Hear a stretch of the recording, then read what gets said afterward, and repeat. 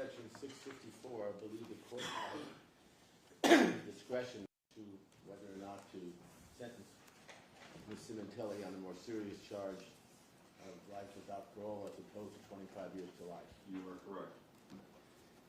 For a variety of reasons, we asked the court to impose the less serious sentence.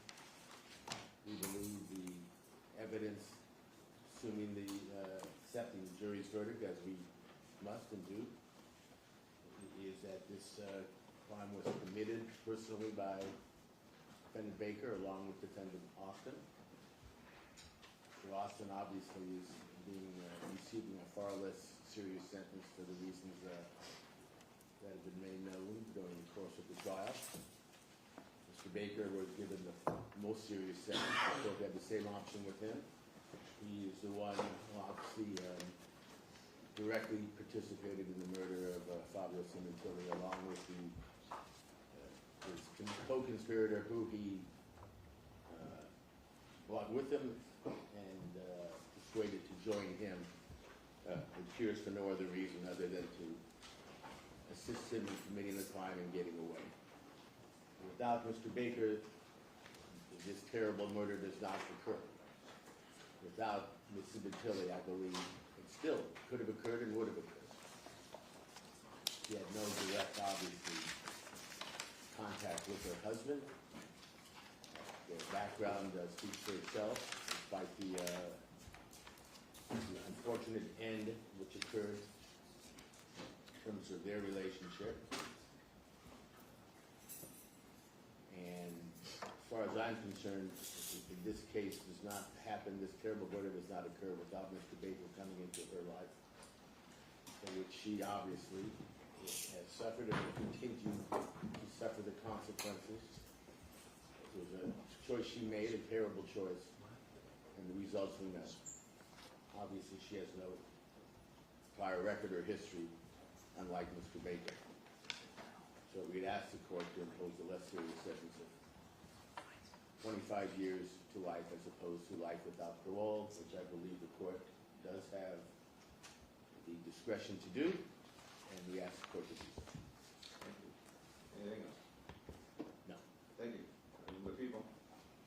Yes, Your Honor. Obviously, I'm sure it comes as no surprise to the court that people categorically disagree with defense counsel's categorization of what went down in this case. This is a defendant who is extremely deserving of the sentence of life without parole. I know from past history in our office, perhaps had there been a different administration, I remember a case regarding the Green Widow who did something similar to this, and she received the death penalty. This is one of the most premeditated, calculated, devious murder conspiracies I've prosecuted during my 31 years at the District Attorney's Office. And as this court knows, I have handled numerous cases involving serial killers. This is a defendant who, but for her actions and her decisions, her husband, Fabio Sementilli, who gets lost in all of this circus that goes on every time we have one of these cases, he would still be alive today. This was a completely senseless murder driven solely by this defendant's greed and her lust, which we saw on full display during the trial that took place over the course of several months this year, based on her desire to get rid of her husband because he no longer served her purposes, and she needed to have a way to fund her life together with Robert Baker, who she chose over her husband, and whether her kids want to believe it or not, over her children, because they never ever even came up in any of the conversations that she had with so many people who testified in this matter.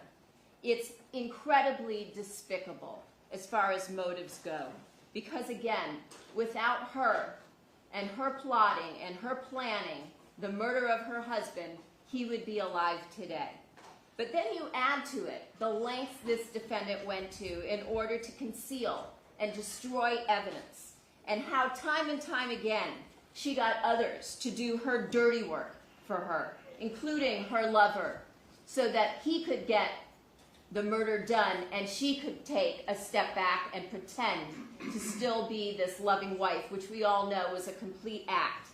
And once and again, it showed through the admissions that she was caught making in the jail lockup, through the letters about getting rid of her husband and wanting to marry Robert Baker, through the entire complex setup of this time frame for that day, shows a level of sophistication and planning that I rarely see in these kinds of questions, these kinds of cases. There is no question but that this defendant was the mastermind behind the murder of Fabio Sementilli. One only had to listen to Robert Baker's testimony for about 10 minutes before you got the clear picture of who was the mastermind between the two.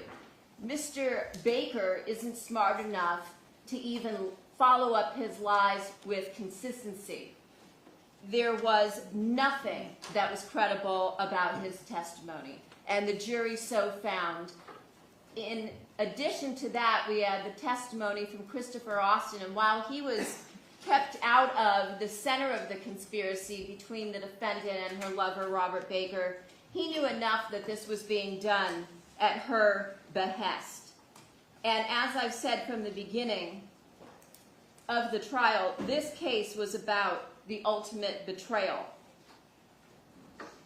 This was one that I'm sure Fabio Sementilli never could have imagined in his wildest nightmares was coming. That his wife was literally plotting his murder with her lover. It's an absolute betrayal, not only of Fabio Sementilli, the victim in this case, but of her children, who have been brainwashed by her lies and her deception. And that's their choice. They're adults now. If they choose not to face the truth, that's on them. But we're here to do a job. We've done our job. The jury did their job.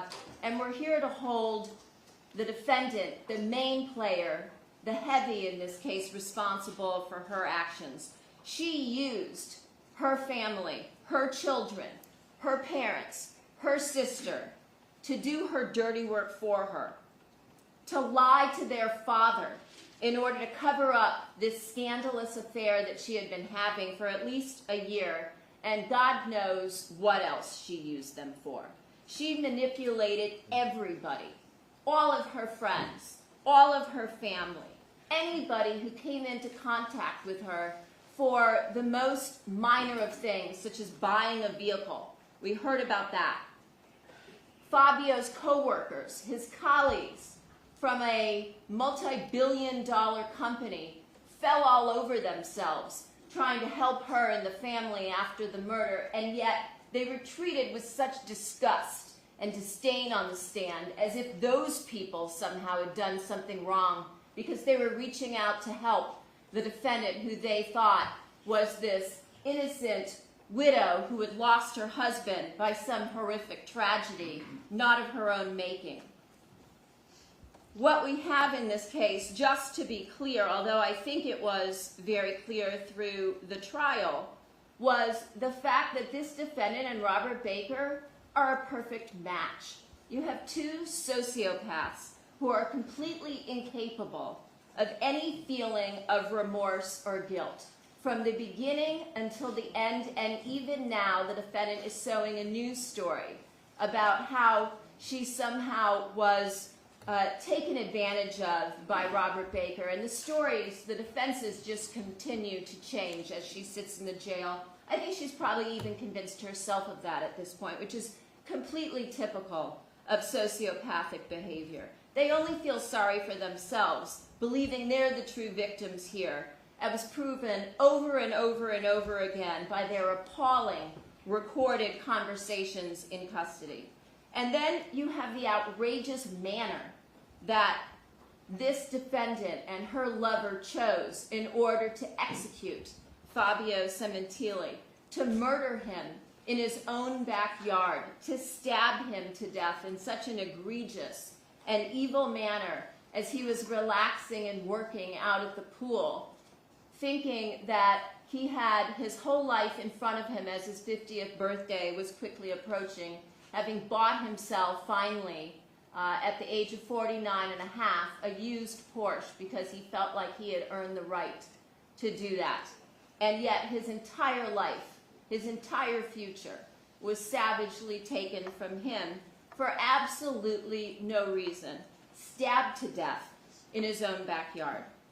And again, we're talking in this case about a victim who was totally innocent, totally vulnerable. As much as she now tries to dirty him up and convince her daughters, oh, he was a dirtbag and he was having an affair, none of that had any evidence to support it. It's just, once again, a way to try to make herself look better, which is, again, typical of sociopathic behavior.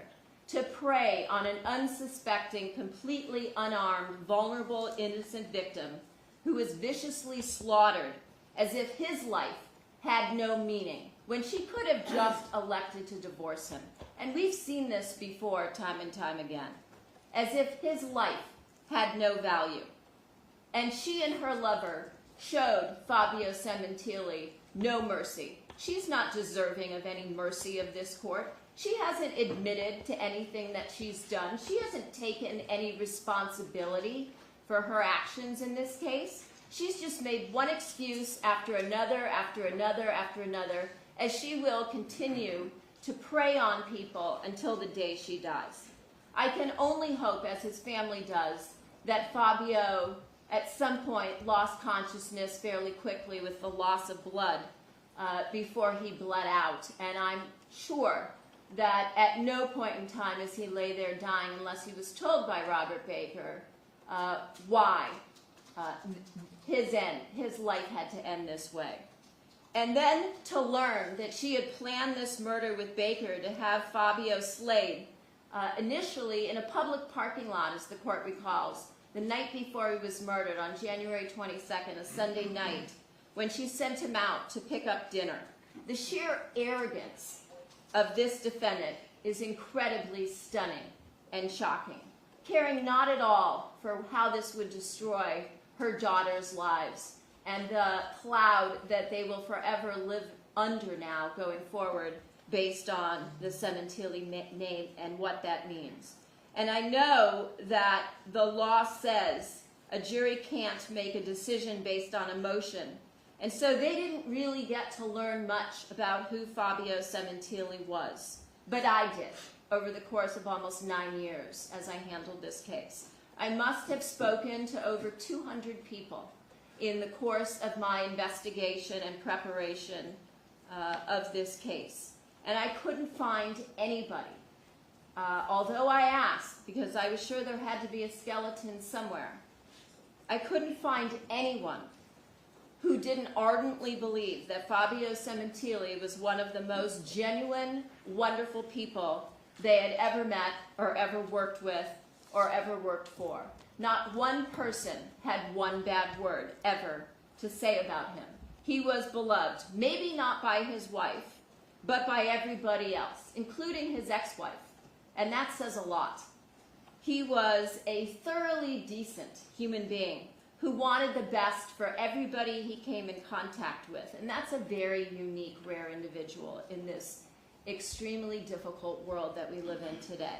The most important thing to him, according to everybody I spoke to, was his family. And that's why this murder was such a betrayal by his wife.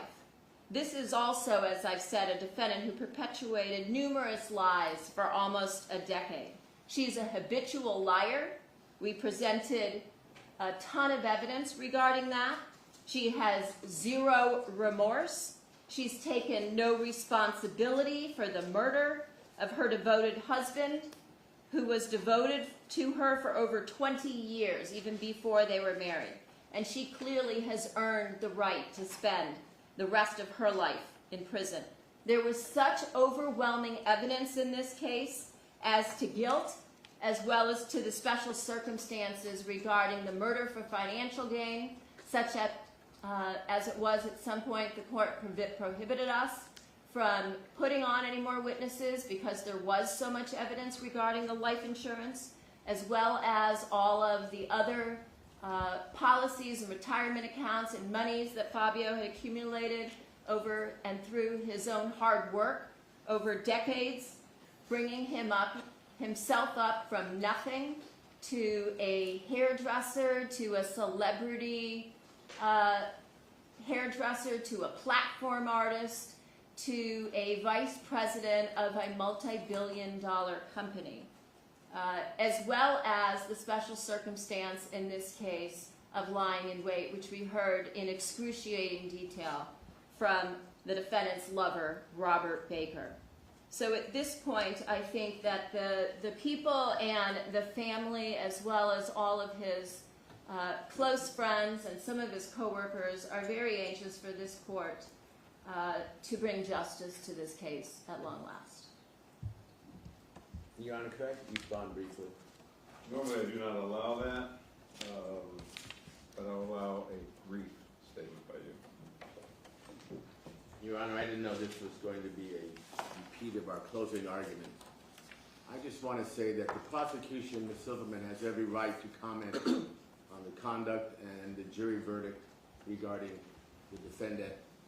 I do not believe she has the right to demean her family, her daughters, her sister, all of whom know Monica Sementilli far better than the prosecutor, and who continue to believe in her innocence, her background, who she was before this terrible incident, and who she remains. She will be paying for the rest of her life whatever the court decides.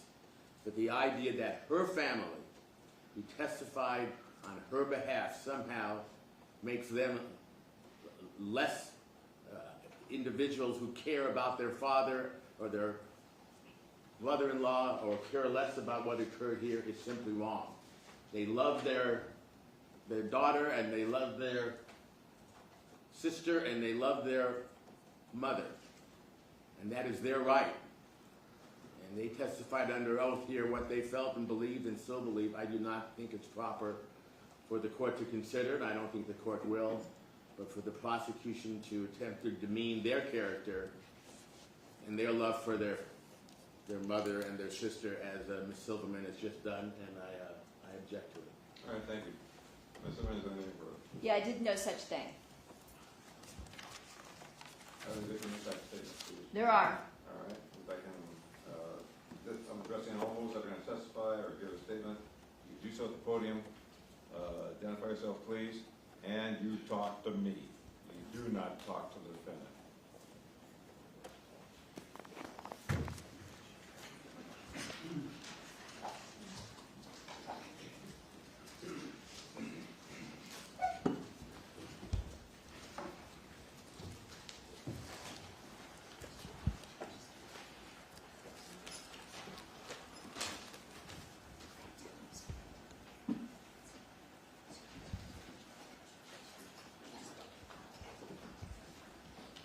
Good morning. My name is Luigi Sementilli. I'm Fabio Sementilli's son from his first marriage.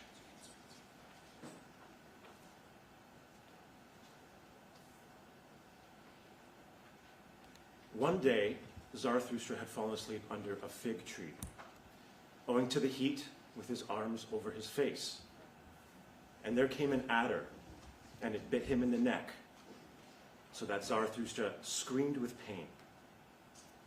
When he had taken his arm from his face, he looked at the serpent, and then did it recognize the eyes of Zarathustra, wriggled awkwardly, and tried to get away. "Not at all," said Zarathustra, "as thou hast not yet received my thanks. Thou hast awakened me in time. My journey is yet long." "Thy journey is short," said the adder sadly. "My poison is fatal." But Zarathustra smiled and said, "When did ever a dragon die of a serpent's poison? Take thy poison back. Thou art not rich enough to present it to me." Then fell the adder again on his neck and licked his wound. I wish I could embody this Nietzschean virtue. I always thought that when this moment came, I'd have a holster full of the nastiest, most vengeful and vitriolic words I could possibly muster to do my part in speaking truth to power and righteousness to evil. But that's not what I'm going to do here today. I have no poison to give back to the adder. Because I've come to believe that you become what you behold.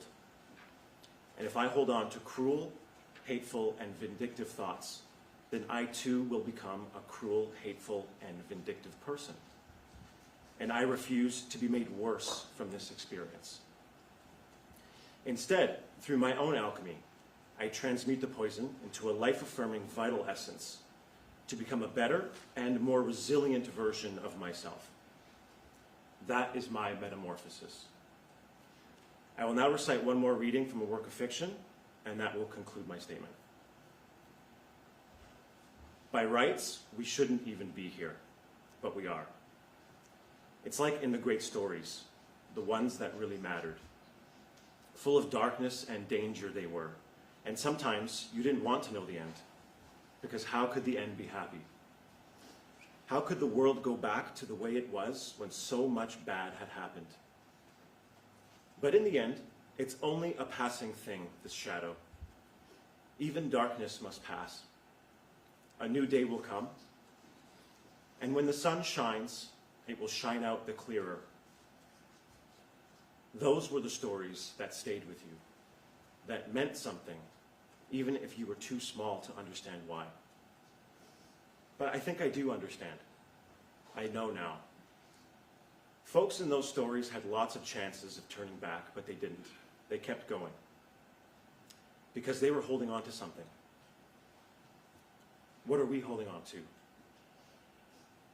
That there's some good in this world, and it's worth fighting for.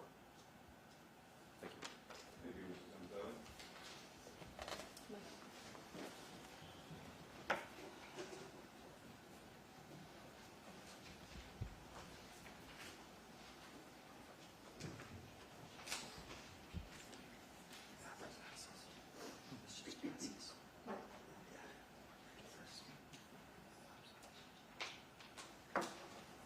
Morning, Judge Cohen.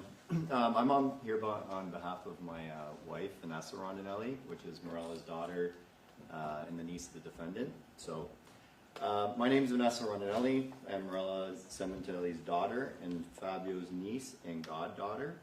I am also a mom, a wife, a physician, and I wouldn't be who I am today if it weren't for my Uncle Fabio. The impact that this murder and trial has on our family is beyond words. Luckily, the impact that my Uncle Fabio has on our family is much more profound and meaningful. Each of us are headstrong and moving forward because that's who he was and that's how he encouraged us to be. We all have powerful memories of him and our family, together and individually, that we won't let go of. Fabio knew so many people and somehow made each person feel important, worthy, and seen. His presence was also magnificent, and even though he's gone, his name and legacy magnificently echo through our homes and in our salons. No one was able to learn who he was as a person during the trial, but the opportunity that we have today to bring this to light will hopefully let us know how much we loved him. Monica was the only person in this trial who truly know how much he was loved. This was not a crime of passion, self-defense, or planned in haste.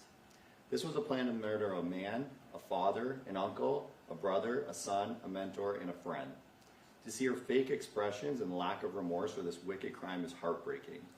What a shame that she didn't believe the incredible team at the LAPD would have ever pieced this together in her pathetic master plan.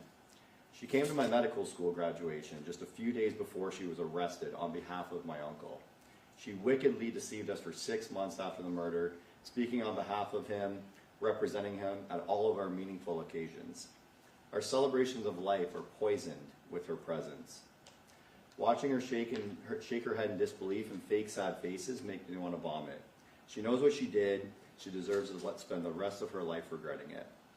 Judge Cohen, I trust that you consider how much Fabio's loss has negatively impacted our family, not only because he was an incredible person, but because of how heinous this murder was, and the incredible damage Monica has done to our family and her own. Thank you. Thank you, sir.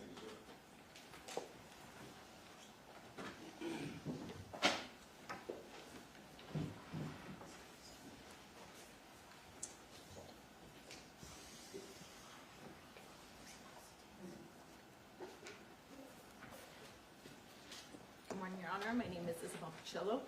I'm married to Daniel Picillo, one of Fabio Sementilli's nephews. I've never had the chance to meet Fabio. Over the years, I've heard countless stories about him, stories that painted the picture of a kind, generous, and remarkable man. But that's all I'll ever have, other people's memories and stories. I'll never get a chance to know him myself. That opportunity was stolen from me by Monica. Because of her, I've had to watch my husband and his incredible family relive a trauma so deep, so devastating that the wounds it left will never fully heal. Because of her, my first year of marriage was not filled with the typical joys, celebrating new beginnings and building a life together. Instead, every happy moment was shadowed by grief. Every celebration came with a painful reminder of what was lost. The hardest part has been watching my best friend, my husband, struggle. I've seen him consumed by sadness, anger, and depression. I've sat beside him feeling helpless, knowing there was little I can do other than just be there and hold space for his pain. Monica, you've caused me sleepless nights, stress, constant worry, not just for Daniel, but his entire family. During the trial, I sat in this courtroom for days, followed along when I couldn't be here in person. The evidence presented was overwhelming. It revealed the cold, calculated nature of who she really is. I'm grateful the jury saw the truth and delivered the only just verdict, which is guilty.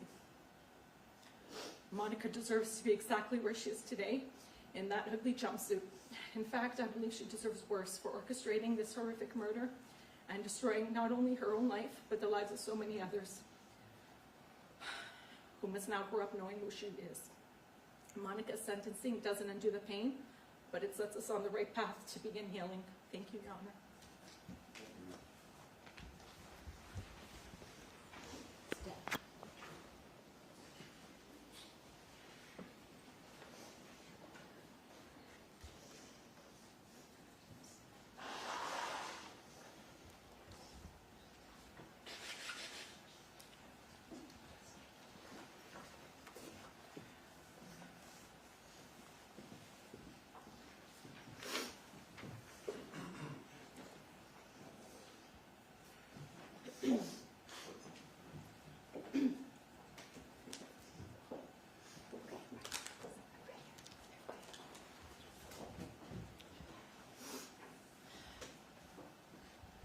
Your Honor, my name is Stephanie Avola, and I am Fabio's niece by marriage.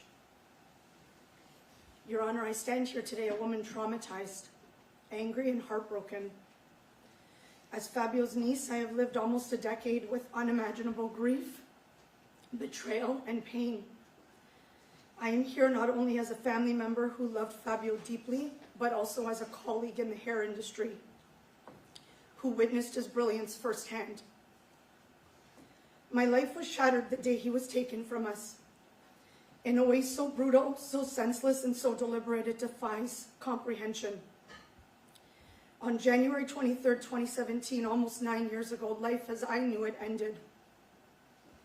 That was the day my uncle, Fabio Sementilli, was brutally stabbed to death in the backyard of his own home on my birthday.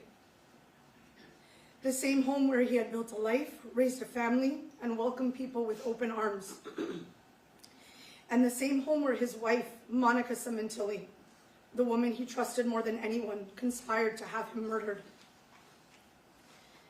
Fabio Sementilli was everything his killer, Monica Sementilli, is not. He was kind, he was loyal, he was generous, he lifted people up, he didn't destroy them. He led with integrity, he loved with his whole heart. He made people feel seen, valued, safe, and inspired. Fabio brought joy, wisdom, and light to the world and everyone around him. Monica Sementilli brings darkness, manipulation, deceit, destruction, and death. Fabio gave his entire life to building others up. Monica spent years secretly tearing his life down. Fabio was loved. Monica is despised. Fabio Sementilli wasn't my uncle by blood, but he was my uncle in every way that truly mattered. He was family. He taught me to believe in myself, to chase my dreams, and to build honest relationships. He showed me the importance of family, family created through friendship, through work, and through love. He taught me about an industry he loved deeply.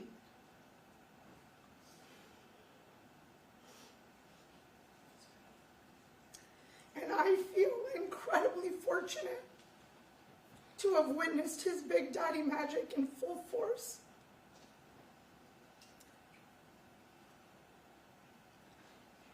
Both on stage and behind the scenes.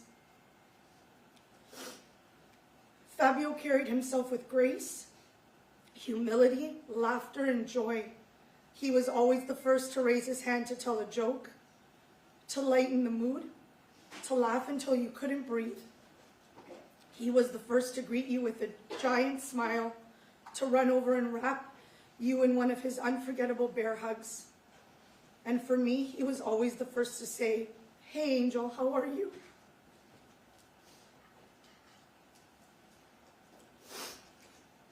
Fabio's favorite saying, "Charge the mountain," has become a daily mantra for me and my family. For 8 years since Fabio was brutally and senselessly taken from us, that phrase has helped us get through. It reminds us to push forward, even when we are broken. And losing him is not just pain, it's betrayal. Fabio was taken from us by the very person he and our family trusted most. What happened wasn't random, it was planned, calculated, evil.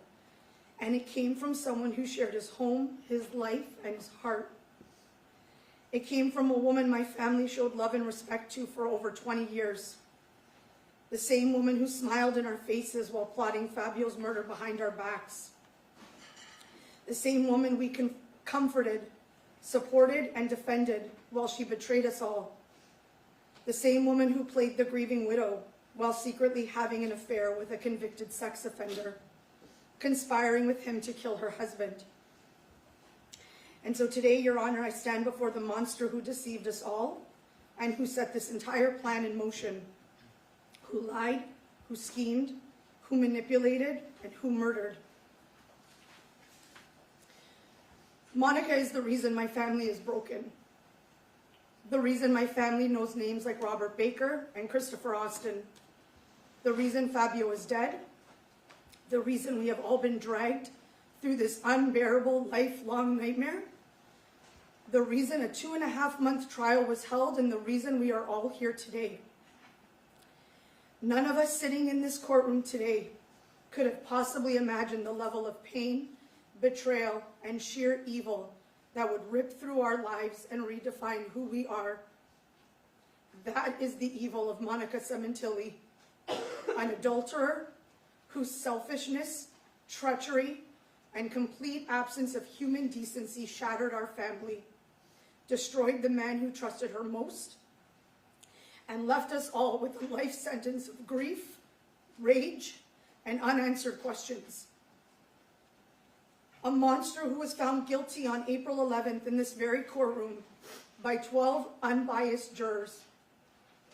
Guilty of first-degree murder, conspiracy to commit murder, murder by means of lying in wait, and murder for financial gain. 12 strangers, 12 people with no connection to our family.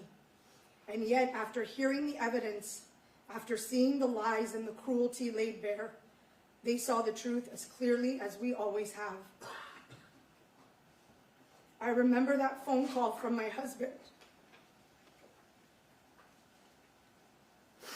The call that shattered everything.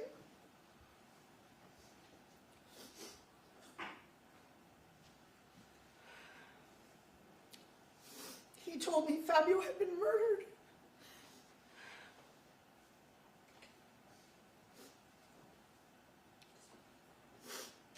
I dropped to my knees in pure grief. Pain shot through my body like electricity. I was sick to my stomach. I couldn't make sense of what I was hearing. And even though that day was almost 9 years ago, I remember it like it happened yesterday. The details are burned into my memory. Every moment, every word. I remember my husband yelling through the phone, "They killed him. They killed my uncle."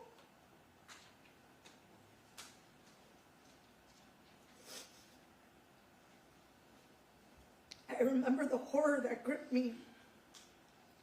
I laid awake that entire night, unable to close my eyes, tears streaming down my face, praying to God that this was some kind of sick joke, that I'd wake up and it would all be a mistake, that Fabio would still be alive, and that things would go back to how they were. But they didn't, and they never will.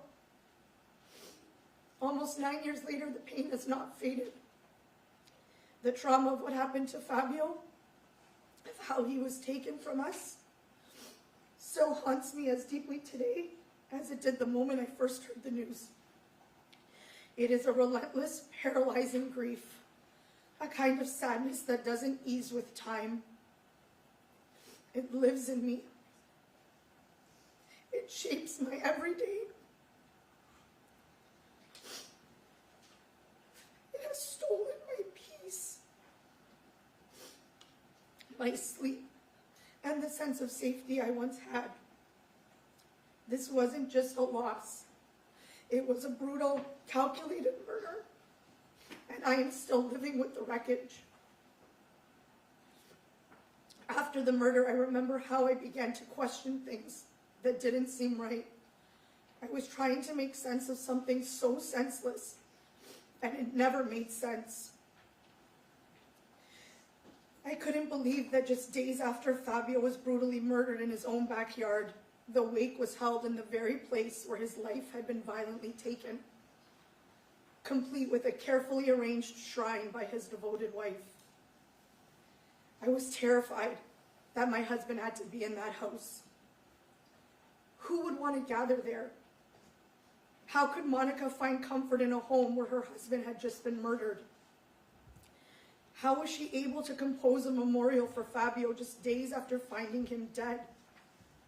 It felt disturbing and unnatural. I couldn't believe that my husband and family members were asked to take Fabio's belongings, his tools, his suits, his jewelry, back to Canada. It felt cold and cruel. Just days after Fabio was brutally murdered, it felt like there was already a rush to erase him. Please turn off electronic devices, please. To move on. Wouldn't you want every reminder of him close? Especially after losing him so suddenly and so violently? It didn't feel like grief, it felt like guilt. Nothing felt right, nothing made sense. The details of the murder Monica described never pointed to a robbery. Nothing of value was taken except for my uncle's life. Even the Porsche was found days later abandoned but untouched. What could possibly be the motive? What was the intent? Fabio had no enemies. He was loved and adored by everyone.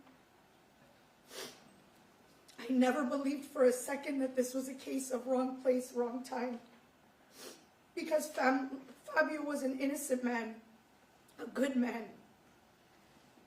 Our family went in circles, months after months, combing through all the details, envisioning different scenarios of what could have possibly happened that day, over and over and over and over again into exhaustion. We now know that Fabio was targeted.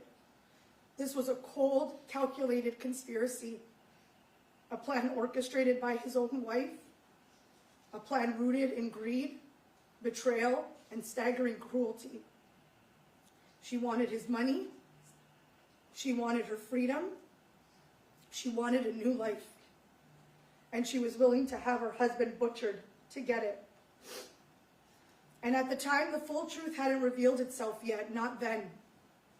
But now I see it for exactly what it was. A premeditated execution carried out by cowards, driven by a woman with no soul. At the funeral, Monica wore black gloves and a dramatic black veil that covered her face. I remember a chill running down my spine the moment I saw her. But I pushed that feeling away because this was Fabio's wife. I remember the whispers, the hushed conversations, the quiet observations. People were saying she wouldn't make eye contact, that she didn't even remember who they were, that something felt off. And then a good friend of mine turned to me and asked, how was their marriage? Did they get along? I was shocked, offended. In my mind, they were the most beautiful couple, and they adored each other because that's what we all believed.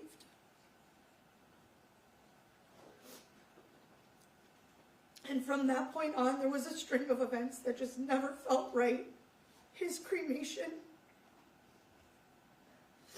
the 1-month memorial mass, Easter with my family. We were shamed for asking about the investigation, told not to speak of that day or contact police.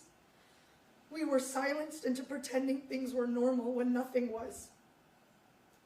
And then Monica continued to live in that house.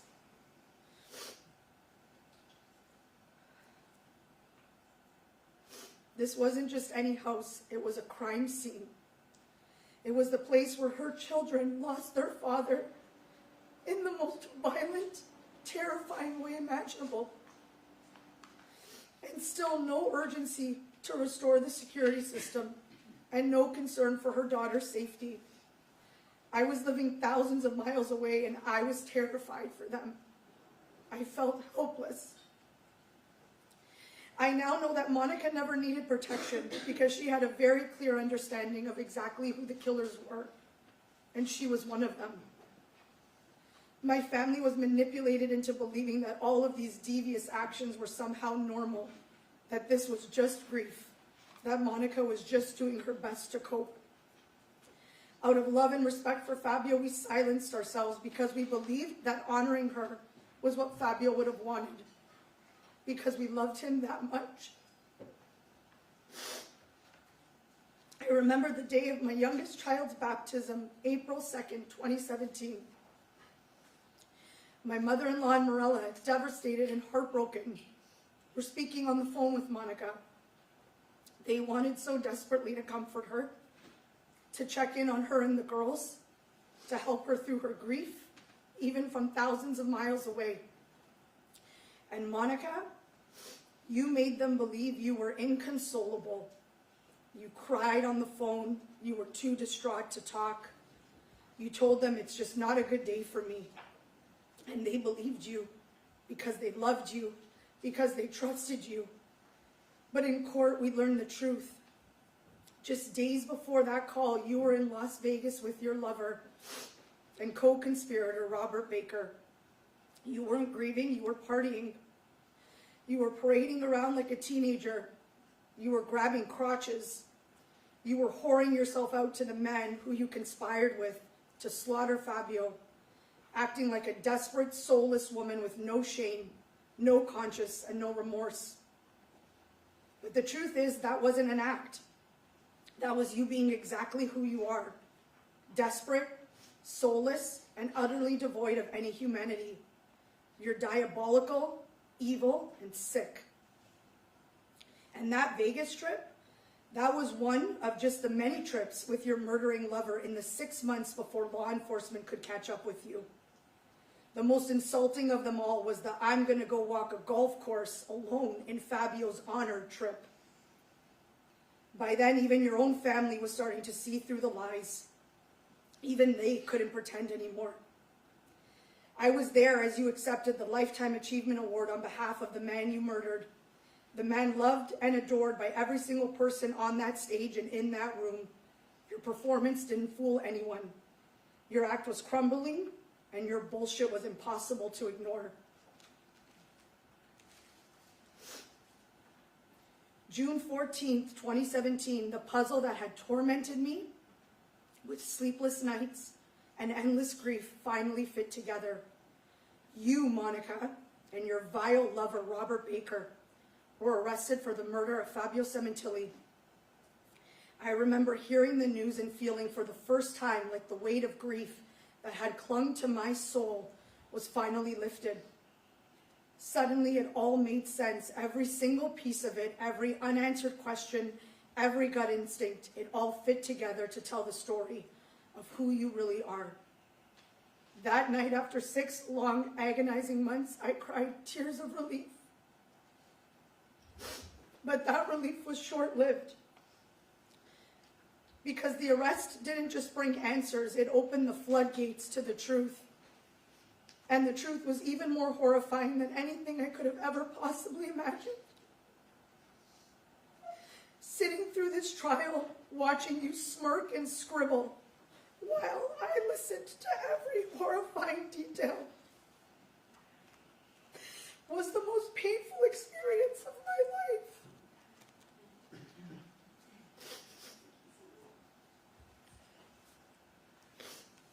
I was sick to my core, broken. Never in my darkest nightmares could I have imagined an 18-month torrid sexual affair between Monica Sementilli and a convicted sex offender named Robert Baker. Never could I have conceived that these two despicable, vile creatures would be scheming and plotting Fabio's death to steal his life insurance money and start a new life together. Never in all of time would I have imagined Monica living a double life so evil, so depraved, that she would set up her own husband to die, while the rest of us watched her Instagram posts peg her as the grieving, devoted wife. But perhaps the most horrifying part of it all, never could I have imagined that she had planned this execution so that her youngest daughter would be the one to arrive home first, so that her own child would be the one to discover her father's lifeless body, brutally stabbed to death. Only a devil could carry out something so calculated, so cruel, and so utterly heartless against her own child.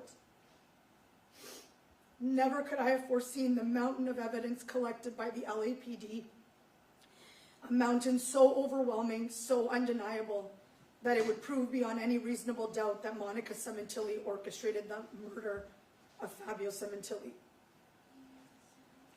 Never in my worst nightmares could I have imagined hearing her and her murdering lover, in their own words, recorded from jail, casually dissecting the murder they committed. Monica didn't sound broken, she sounded proud, wicked, calculated. I was sickened to hear her profess her love for the man who police told her slaughtered her husband. My poor uncle had no idea the devil that lay beside him.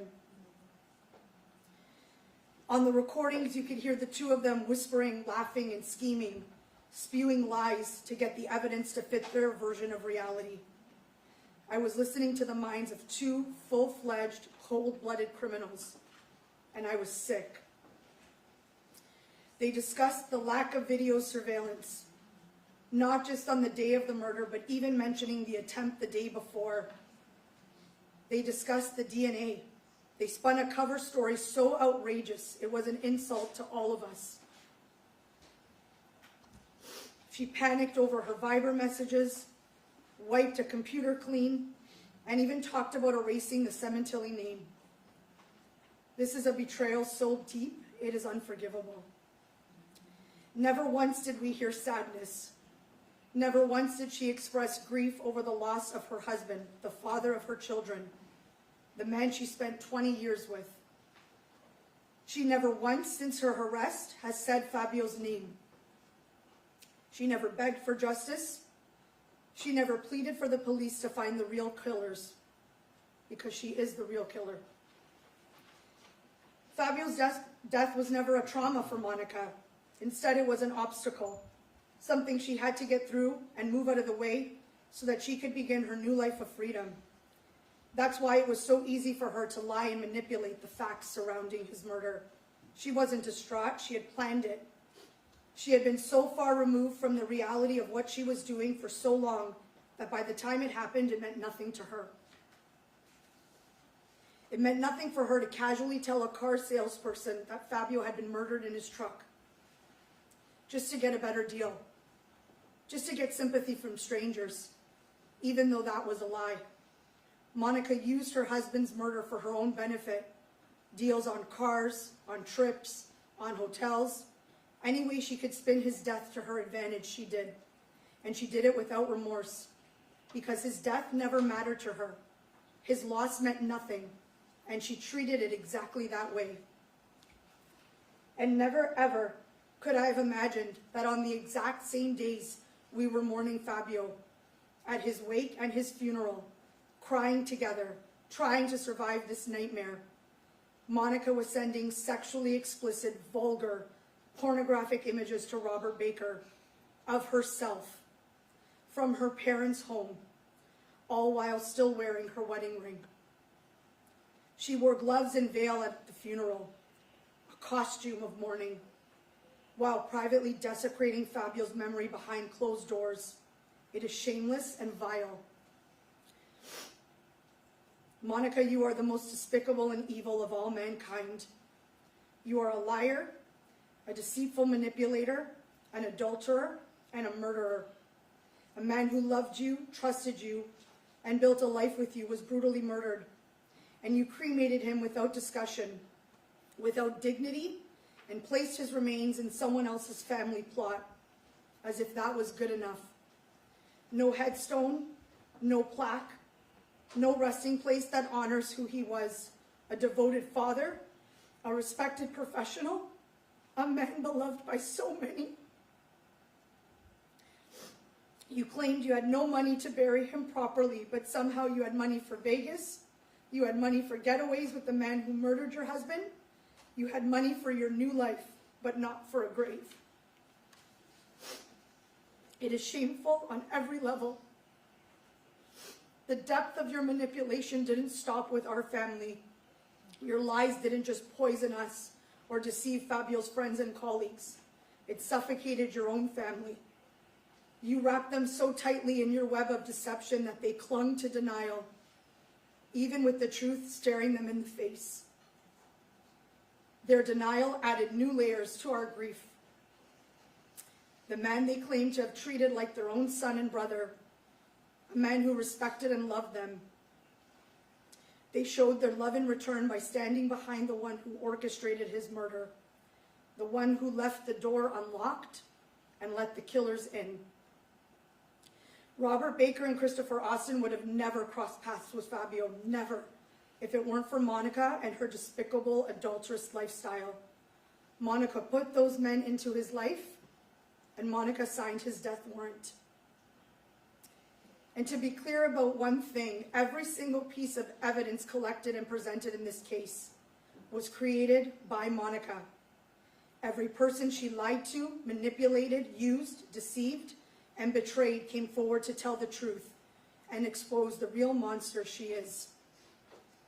The pornographic images, the digital evidence, the deleted emails, the digital surveillance, the lies to law enforcement, the safe, the Viber messages, the deceit around the home security system, Robert Baker, her phone code, the same phone from which she sent thousands of messages to her lover, messages plotting the murder of her husband.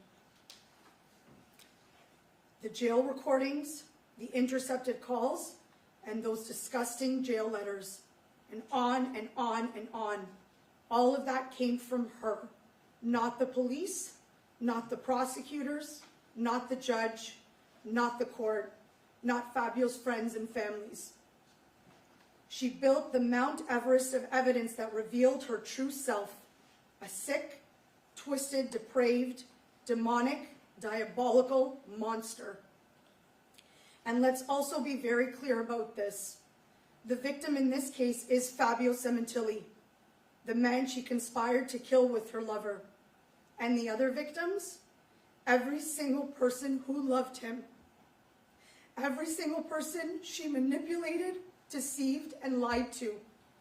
They are the victims of her evil, and every single one of them is glad that she is exactly where she belongs for eternity. Your Honor, today I stand before you in honor of Fabio.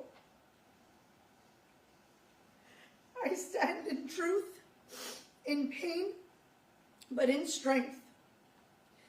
As Fabio always told me, charge the mountain. Today I am charging that mountain. For him, for our family, for every single person whose life was touched by Fabio Sementilli's light and shattered by Monica Sementilli's darkness. We are the victims, and she is exactly where she belongs. Your Honor, we beg this court to sentence Monica Sementilli to the maximum penalty allowed under the law, so that she never again walks free and never again breathes the fresh air of the life she so brutally stole. Let her spend the rest of her days behind bars, vanishing into the darkness that mirrors her soul. Our family deserves peace, knowing that, like a rabid animal, she has been locked away, trapped in the cage of her own destruction for eternity. Let us never again speak her name in the same breath as Fabio's. Let us forget everything about her, who she was, who she pretended to be, and who she actually is, for she is nothing. Nothing but a hollow shell, a soul devoid of any humanity. Let her be haunted for the rest of her days by Fabio's voice, his laughter, and his face, every single time she closes her eyes.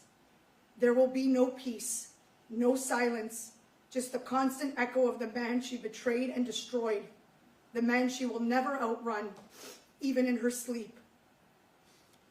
Let her be forgotten as the clump of nothingness that she is. Her mantra is ride or die. Well, Monica, now you can ride or die in prison. Thank you.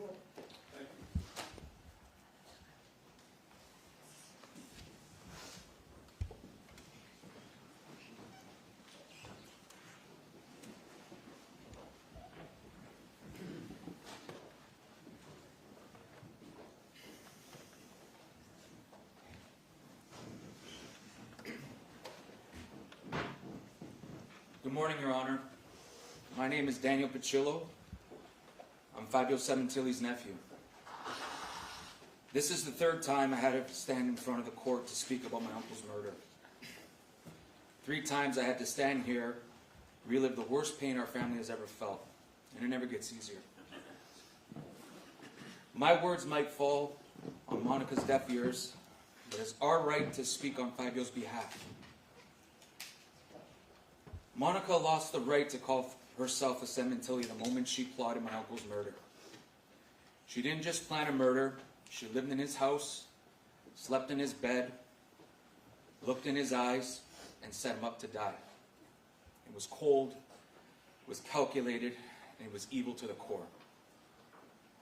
While my family was mourning my uncle's death, she pretended to grieve with us, faking tears, letting us console her, lying right to our faces, all while continuing her secret affair. This was the same affair that was ongoing with Robert Baker that led to the planning, attempting, and executing of my uncle's murder. It was so disturbing what we learned during this trial. For example, after my uncle's wake in Toronto, Monica was sending Baker sexual photos from her parents' house. On her wedding anniversary with Fabio in February after his murder, she was out with Baker at a comedy club. She also told people she wanted to walk a golf course in Myrtle Beach to honor Fabio's 50th birthday wishes, but instead she went to a romantic getaway with Baker. I can't even fathom how demonic Monica really is. She didn't feel anything for my uncle. Maybe she never did. Monica always wanted what my uncle had, to be the one everyone admired, respected, and looked to for leadership, the only one who truly mattered. But Fabio earned that with love, loyalty, and hard work. Monica didn't want to earn it that way, so she took the shortcut. She tried to steal the spotlight by destroying the only person who truly did deserve it. But here's the truth. Fabio Sementilli was everything she will never be, and the world now knows it too. After my uncle's murder, Monica personified herself as a victim. That's all she did to fool us. That's how she got away with it for so long, but the act is now over. All her dirty secrets are out in the open. And Monica needs to know, from now on, every time someone searches her name, there are 3 words to be associated. Affair, murder, and guilty. That's her real legacy. Monica's future is exactly what she earned, a life behind bars. A cold, filthy cell stripped of comfort and control. No attention, no spotlight, no one left to manipulate, no freedom. And that's what truly destroys people like her. Not just the prison walls, but the reality that she'll be missing everything that matters. Birthdays, weddings, graduations, and even funerals. The world will keep turning without her, while she remains frozen in time, alone in that cell. I hope the weight of a life sentence without parole sinks in and suffocates her every single day. In closing, Fabio mattered. His life meant something, and his death was for nothing. I miss and think about my uncle every day. I have his picture hanging in my office, where I still ask for his advice. I miss him dearly. Monica's decisions and actions left scars we'll carry forever. Judge Cohen, I ask you, don't let anyone else suffer as we have. Please sentence her to the fullest extent, life without the possibility of parole. For our Fabio and for our family. Thank you. Your Honor, I have a statement to read before the last couple. This is from Vonda Carino, the former wife of Fabio Sementilli and Luigi's mother. Your Honor, Judge Cohen, I am the person whose life was upended the moment she chose to involve herself with my then husband Fabio, a married man, the father of my young child. She did not just interfere with a marriage, she dismantled a family.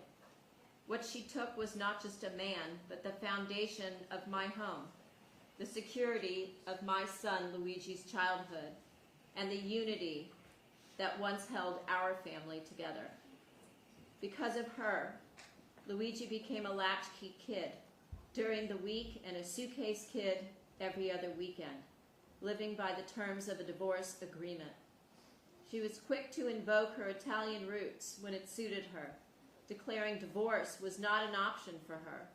So why was it expected to be one for me?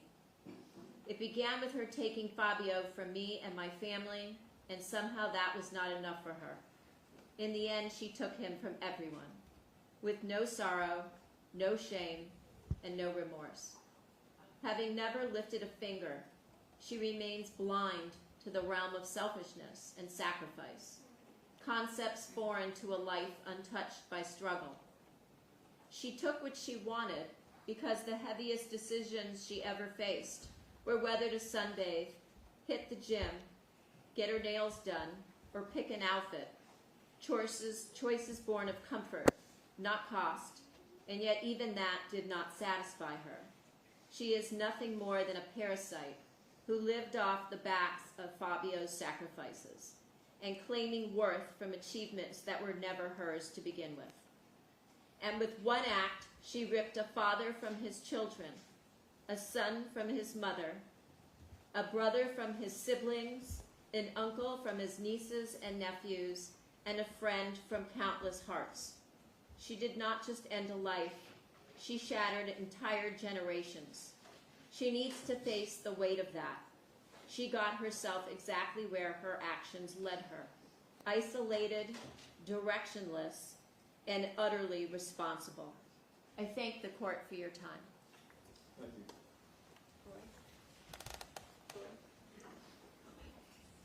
Yeah.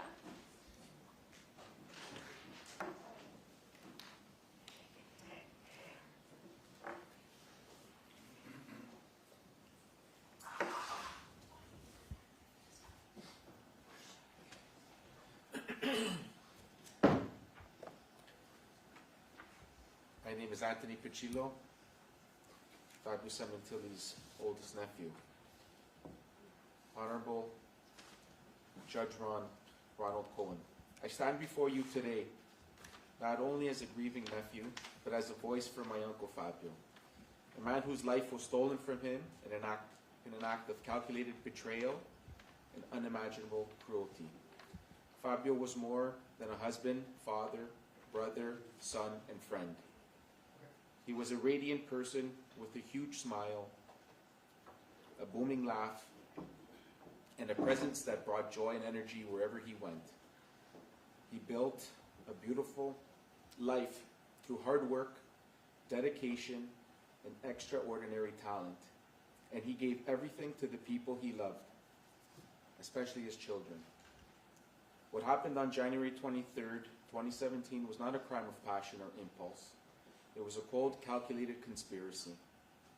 Monica Sementilli, the woman Fabio trusted most, his wife for over 20 years, helped orchestrate his murder for money, lust, and freedom from a man who had done nothing but love her.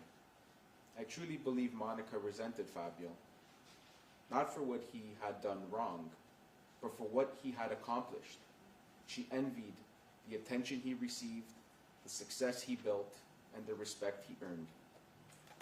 Rather than be proud of her husband, she was jealous of him. In her mind, being married to Fabio kept her in the shadow. And so she sought validation elsewhere, telling lies about being a professor when she had no such education, and reinventing herself beside a man who was a convicted sex offender, a former adult film actor, and a racquetball instructor. That betrayal from wife to conspirator is something this family will never recover from. This was not a lone act of violence. This was a plot. A plan executed by 3 people: Robert Baker, who stabbed Fabio, Christopher Austin, who admitted to joining in the killing, and Monica, who unlocked the door, both literally and figuratively, for this nightmare to happen. She provided access to surveillance systems. She tracked Fabio's movements. She created the window of opportunity. And when it was all over, she put the mask of a grieving widow on. She cried for the cameras while secretly going out with Baker, pretending to walk her husband's favorite golf course, visiting comedy clubs, traveling to Vegas for her lover's birthday, as though she had not just buried her husband. She posted online about how much she missed him while simultaneously mocking his memory with every lie and every celebration. She showed no remorse. Instead, she manipulated her children, her friends, and the public. She did this not only to escape justice, but to continue chasing a fantasy life of luxury, one she expected to fund with life insurance money and stolen assets. She betrayed not just Fabio, but her daughters and stepson. She left them without a father, and worse, with the lie that her mother had no role in it. In doing so, she shattered our family's bond and created a divide that still lingers today. We now live with the unbearable knowledge that Fabio, a man full of life, hope, and generosity, died terrified, restrained, and pleading for mercy. His daughter came home to discover the aftermath. That horror will never leave us. We lost more than Fabio that day. We lost their peace, our sense of family, and our belief that those closest to us can be trusted. We lost a light in our lives, a man who deserved so much better. For all of this, we respectfully ask the court to impose the maximum sentence allowed under the law. Life without the possibility of parole. Monica Sementilli made choices rooted in greed, envy, and manipulation. Choices that cost an innocent man his life. This sentence will not bring Fabio back, but it will send a clear message that such evil, masked behind a smile, cloaked in deceit, will not be forgiven. We will carry Fabio in our hearts every day, and we ask that the sentence reflect the loss of our family has suffered and the extraordinary cruelty of this crime. Thank you, Anthony Pilo, Fabio's oldest nephew. Melody.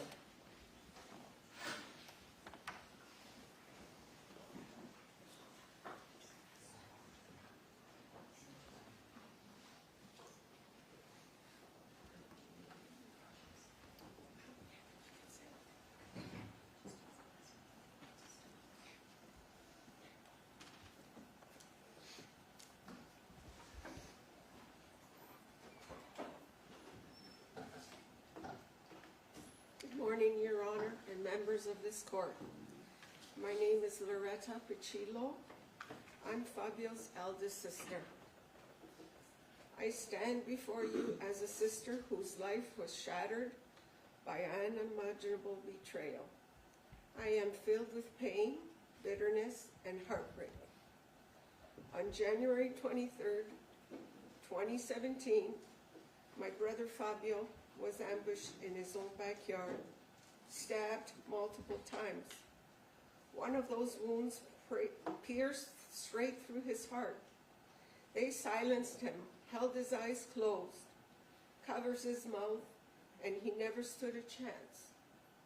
And the person responsible wasn't a stranger. It was the woman we had welcomed into our family for over 20 years, his wife, Monica. I am ashamed to admit that Monica was my sister-in-law for 2 decades. We treated her like family, and she betrayed all of us. That day, she told Fabio she was going out to get dinner and left the front door unlocked so that her lover and accomplice could enter the home. Monica walked out knowing full well that within minutes, her husband, Fabio, will be viciously attacked and held down. Only a demon could orchestrate the murder of a loving husband, then savagely time it so her own daughter would come home to find her father's lifeless body lying in a pool of blood. Family meant everything to Fabio. I try to pick up the pieces of my broken heart. I still can't make sense of it. How does a woman who had everything desire a dirty life of multiple partners, sex-crazed men act like a slut, wearing sleazy outfits? You had it all, Monica, and you threw it away. You burnt it to the ground. For what? Lust? Greed? Attention? There's a darkness living inside of you that no mortal can understand your evil treason. You're rotten through and through. No amount of pretending, lying, or manipulating will ever hide the truth. We all saw and heard. She is demonic for the merciless crime on my vulnerable, defenseless man. Fabio's strength was his presence, steady, warm, unforgettable. He had a bold, radiant force that drew people in and made you truly feel seen. His laughter was the soundtrack of every room he entered, deep, joyful, full of life.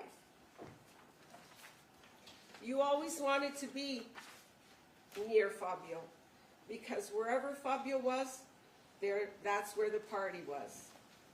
I miss him more than I can ever express. I want to thank him for being the greatest brother, the heart, the soul of this family. We will never stop speaking his name. I love my brother Fabio. We share childhood memories and laughter that only siblings who had truly adored each other know. I could call him at any time. He'd answer. How are you, my beautiful sister? He would make me laugh. It's all the little things he did that left a mark on my heart for him. And he should still be with us today. My heart is permanently broken. He mentored people across the world. He gave without ever expecting anything in return. I am forever proud of my brother, especially when people from all over the globe share on how Fabio changed their lives, how his kindness, wisdom, and generosity left a lasting mark. As Fabio grew older, he held a broken family together with strength, laughter, and love, never once complaining. My brother was so excited to turn 50 in 2017, and it is agonizing to reminisce of the 50th birthday celebration that never happened. All he wanted was to go to Pebble Beach. How can I ever forget this deceit? How will I ever heal? When will there ever be rest for my heart?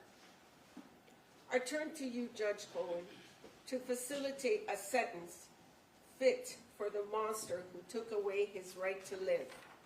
The same woman who sat at our dinner tables, laughed with us at our birthdays and holidays, was the calculating architect of my brother's murder. My heart sank when I came day after day to this courtroom, week after week, afraid to learn that there was an earlier attempt to take Fabio's life on January 22, learning that she was planning on taking his life in a plaza while ordering food for his girls is a visual I can never forget. Monica never displayed an ounce of sorrow or a tear, regret, or responsibility. She sat there with a stupid look on her face and a pout with sheer malice, lips pressed together in a frown, but her eyes gave it all away. I saw arrogance. The prosecution delivered a mountain of evidence, unraveling the truth for the world to see and hear. I was traumatized all over again, day after day, week after week, the chilling truth of the secret life Monica had been living. And hearing Baker and Austin explain the most unbearable details, hearing how they crept up on my brother while he was sitting peacefully in his favorite chair, a place that was supposed to be his sanctuary, turned into the site of his execution. Monica, for this, I pray you will burn in hell. Your pathetic soul can rot from the inside out for all I care. I will recover knowing that you are in a hellish prison, serving a life sentence, which is still not enough for what you did to Fabio. You manipulated your daughters, your stepson, our family, Fabio's co-workers, and friends, using everyone for blood money so that you can fund that animal of your boyfriend, Baker. In these 8 long years, I never imagined the cruelty I learned of her doing in this courtroom. I am embarrassed of the woman I called my sister-in-law. I never saw the side of her that was sex-crazed and demonic, seeking out swingers and seeking out sex on apps. I will never forget the moment I lost Fabio. Monica called and said, "They killed Fabio." My mother screamed that echoed through the neighborhood. My husband and son sobbed uncontrollably, frozen by the unbearable pain. My husband held me tightly, urging me to breathe before I blacked out again. Only meds would ease the pain and the emptiness. My daughter-in-law left her own birthday party to come be with us. We couldn't even begin to pull ourselves together for a long time. Monica said in front of all of us to carry no negativity in this house. Fabio would say, "Charge that mountain," and repeated it to us. What a gutless bitch, inviting the scumbag Baker to the wake after the funeral. What kind of woman walks through the blood-stained shadows of her husband's death together with his killer and thought that was okay? Every single conversation I had with her was about life insurance money, like that was her greatest tragedy, not the murder of her husband.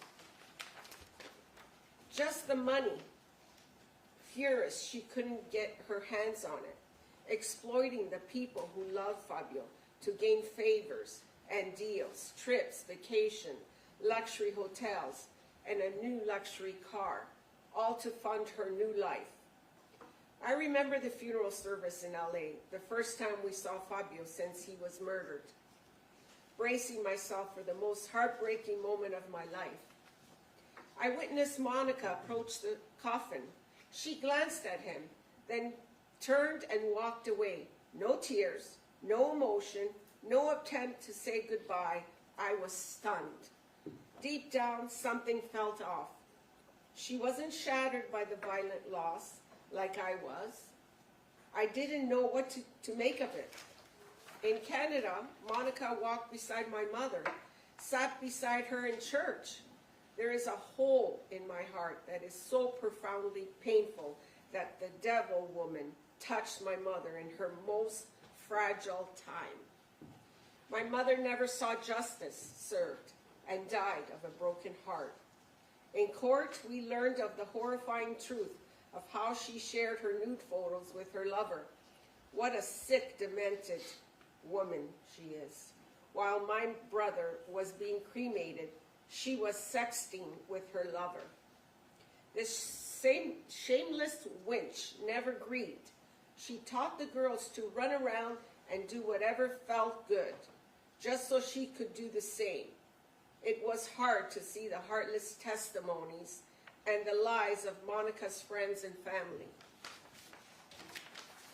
I remember feeling horrible and disrespected by Monica at the cemetery when she turned to me holding the urn and so abruptly, so aggressively threw the urn over to me, and I nearly dropped it. I was stunned and I failed to call her out. I felt horrible and disrespected. Monica told us she was broke, unable to pay for her husband's burial. Meanwhile, this tramp was taking trips, flights, and staying in luxury hotels, paying for luxury cars and dinner dates like a cash cow. It makes me physically ill. So many of Monica's lies, her double life, her manipulation, her betrayal, were exposed in court and displayed for the world to see. Even in death, Monica denied Fabio dignity. As a mother, I suffer to understand what is Monica teaching her daughters, that a good man who adored her could be disposable like trash to carry on with a lover. She is guilty of passing down a legacy of cruelty, deceit, and moral emptiness. And while we showed up every day in court to fight for Fabio, her sister Anna Larson and Monica's family never showed any pain, tears, or grief when they saw the murder scene. I wanted to stand up and scream, "Your daughter did this. She viciously murdered him, leaving him to die alone. None of them showed a sign of pain. What a disgusting bunch of animals." It makes my blood boil. They turned their backs on him, just like Monica did. Monica's sister, Anna, took the witness stand and said something I will never forget. She said, "You can have a great marriage and love someone and still cheat on them. It happens all the time." How sickening. That isn't marriage, that's betrayal. You can go ahead and call yourself Mrs. Baker now because you lost the right to the Sementilli name. The world sees you now for what you are, a whore and a murderer. You shattered your daughter's futures, stole their innocence, and destroyed the safety of their world. Let this stand like a punch to your face, to your body, to your rotten soul. I have nightmares where I hear my brother calling for help, confused, scared, and in pain. We struggle every day to pick up pieces and find a way forward, but some scars never fade. This betrayal will forever be part of our family story. This was a deliberate, premeditated execution of the man who loved her, and she never once took responsibility. Monica's betrayal stole more than a life. It stole our peace and the future we once believed in. Fabio would have wanted me to live life to the fullest and heal. Thank you, Your Honor, for your patience and fairness through this long and painful trial. Beth Silverman, words will never be enough. You gave us strength. You never stopped fighting for Fabio, even when we felt broken and lost. You didn't just fight with skill, you fought with your heart. You gave us hope when we had none. Heather Siegel, thank you for your support, your belief in this case, and the time you gave to help pursue justice for Fabio, and we won't forget you for this. To the LAPD detectives, officers, court staff, including Team Fabio, the jury, and every person behind the scenes, thank you for your service. Mom, we did this with you too. I know you're with Fabio. Your voice echoes through mine, and today we stand in your honor. To the people around the world who love Fabio and stood by our side through this nightmare, thank you. Your Honor, I respectfully submit this statement as a victim. I have endured unimaginable pain at the hands of Monica, the woman who orchestrated the brutal murder of my beloved brother, and then watched us suffer without blinking. She is manipulative, calculating, remorseless, and dangerous. She plotted this crime for months. She watched it unfold, and after it happened, she lied and continued her betrayal without shame. She is deserving of the maximum sentence possible today. Thank you, Your Honor. Thank you.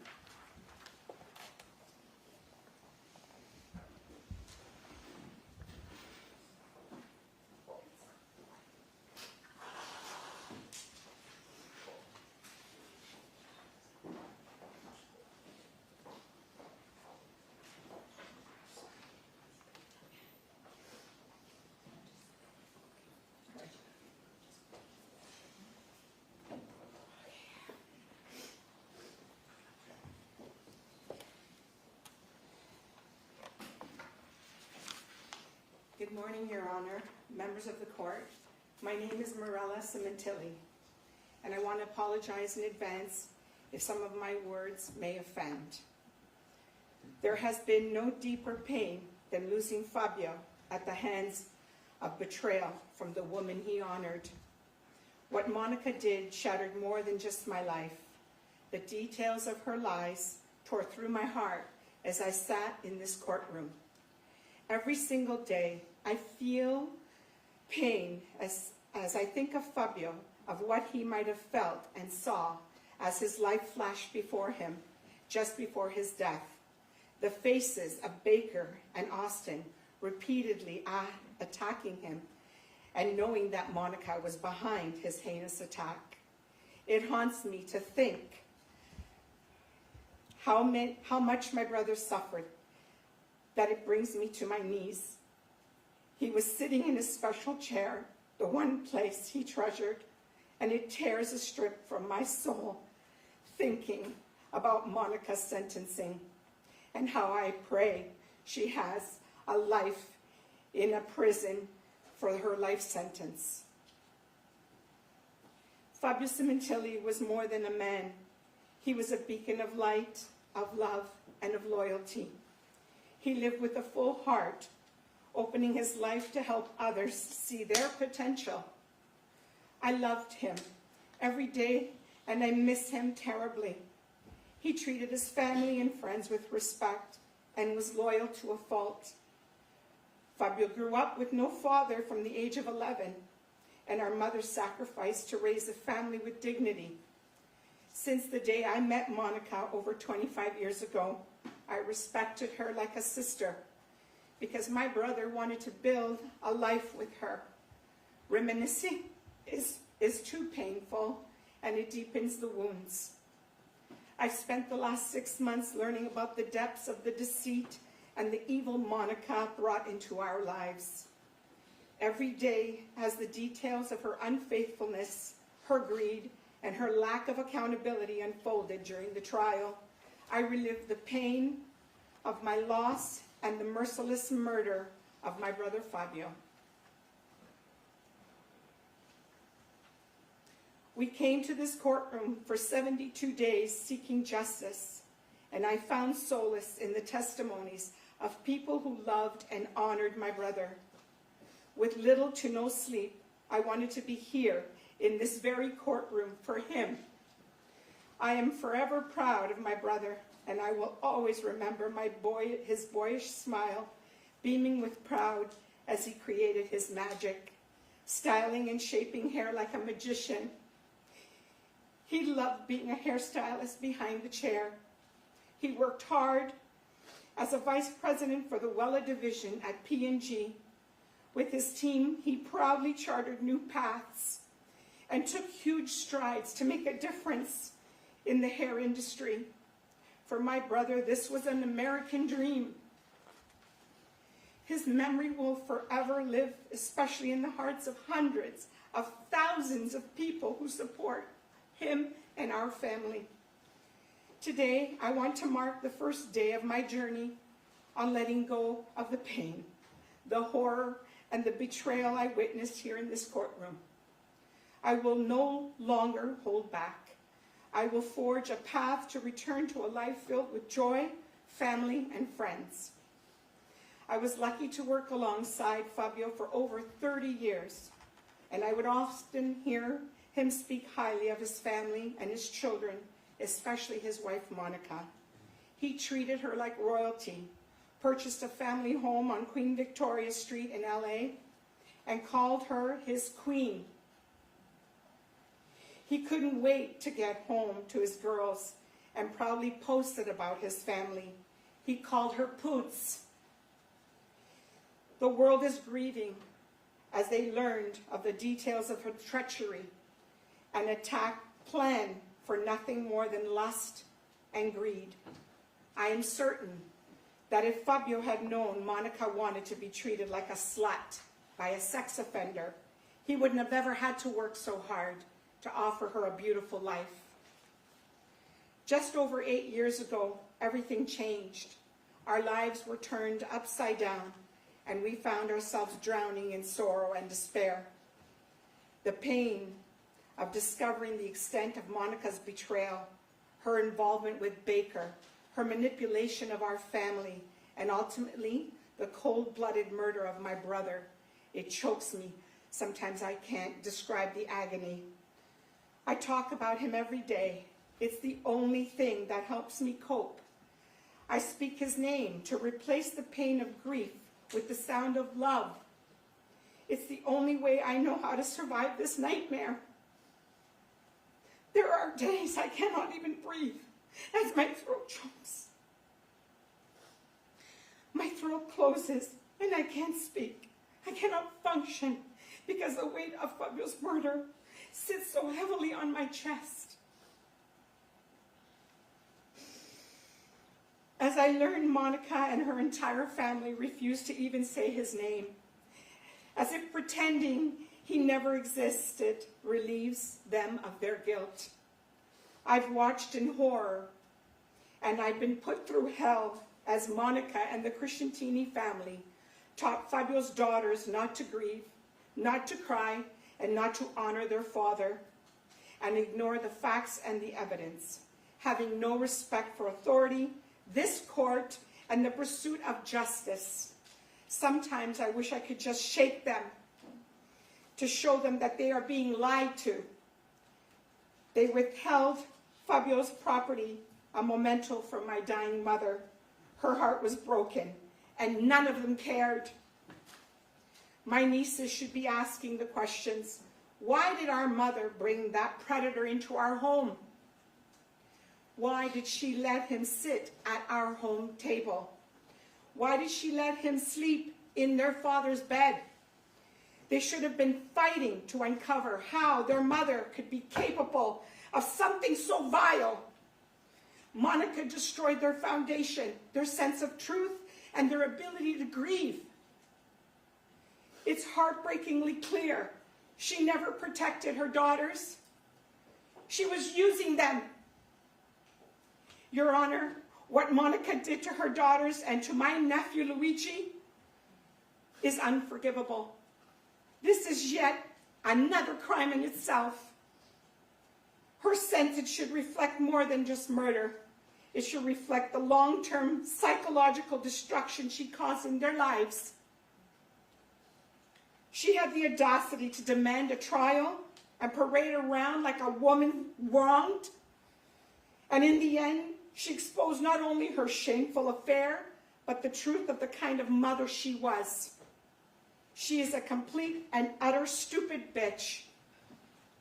Watching her dress like a slut for Baker, living 6 months off of blood money, only a devil can manipulate a reality to suit her comforts.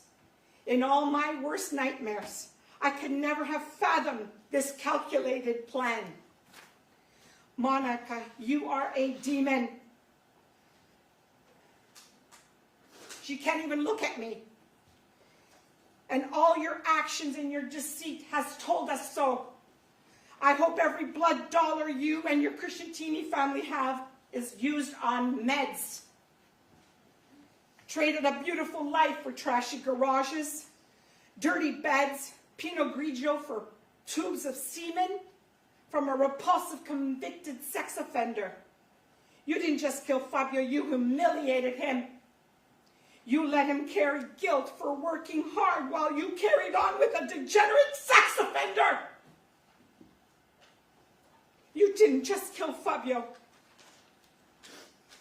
You betrayed him in the most despicable way. Then you held my grieving mother and you pretended to mourn Fabio when you were the killer. On June 14, after your arrest, our lives became a living hell, and your family treated us like predators and not the victims we are. For this colossal betrayal, those who sided with you in silence cannot pretend today to have supported my brother. I get chills recapping the testimony of Deborah Obad, her sister Anna, and my nieces. Shame on them. Shame on all of them. Mela, Grant, sisters, cousins, aunts, and every one of them. For not honoring my brother during the trial. Deborah Obad enjoyed the drama, and I can never understand this sick obsession. She called me the night of the arrest in June and said, Monica's family is looking for the best lawyer money can buy. The Crescentini family stood by and allowed Monica's treachery to fester. The silence is as violent as the act itself. She traded lust for love, family for filth, decency for destruction. She masterminded this egregious murder on my brother. She resorted to murder to make room for Baker. She did this because no one would have accepted that deplorable man. Had she ever divorced Fabio, especially her discerning family, that is why she needed Fabio's life insurance money to dress him up and make him look like a successful man. She enjoyed Baker treating her like a whore, shopping at thrift stores for slutty, skanky clothes. This sleazeball had $40 in the bank. She even paid for the restaurant bills and the hotel bills, all while leaving her girls home alone. What mother does that? There is a deep shame that follows me every day. The shame that comes from what she did to Fabio, from the utter lack of dignity she was shown by the woman he trusted. My mind races and I ache with agony for the way he died alone, bleeding to death, and knowing she had set him up. He knew she had set him up. This overwhelming grief hits me like a ton of bricks. She turned a devoted husband and father into a victim of the most grotesque betrayal any of us have ever known. Her family and friends knew of this monster and felt it was okay to hide this from Fabio.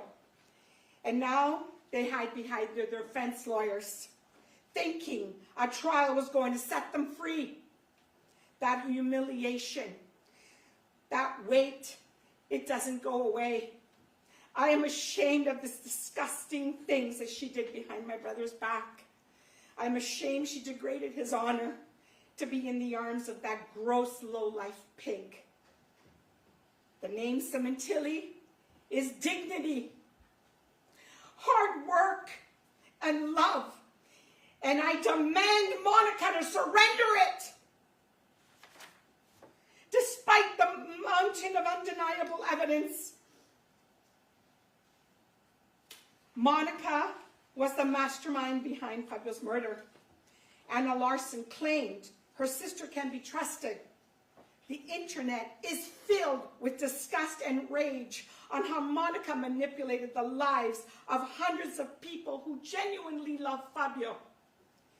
If there was ever a case that called for the death penalty, this is it. Monica Crescentini and the co-conspirators acted with such depravity, such calculated cruelty, such complete disregard for human life, that it's clear they represented exactly the kind of evil for what the death penalty was intended. She could have chosen divorce and let my brother live. This disgusting pig before you had 2 legs, which the whole world saw, and she could have quite capably go to work to earn a living to support her and her sex-crazed fantasies instead of choosing a murder. After years of agony, the truth has triumphed. On April 11, Monica Sementilli was found guilty, and in that moment, for the first time in over 8 years, I felt the weight of injustice begin to lift. I will carry with me for the rest of my life a deep gratitude for the 12 individuals who honored their sacred duty.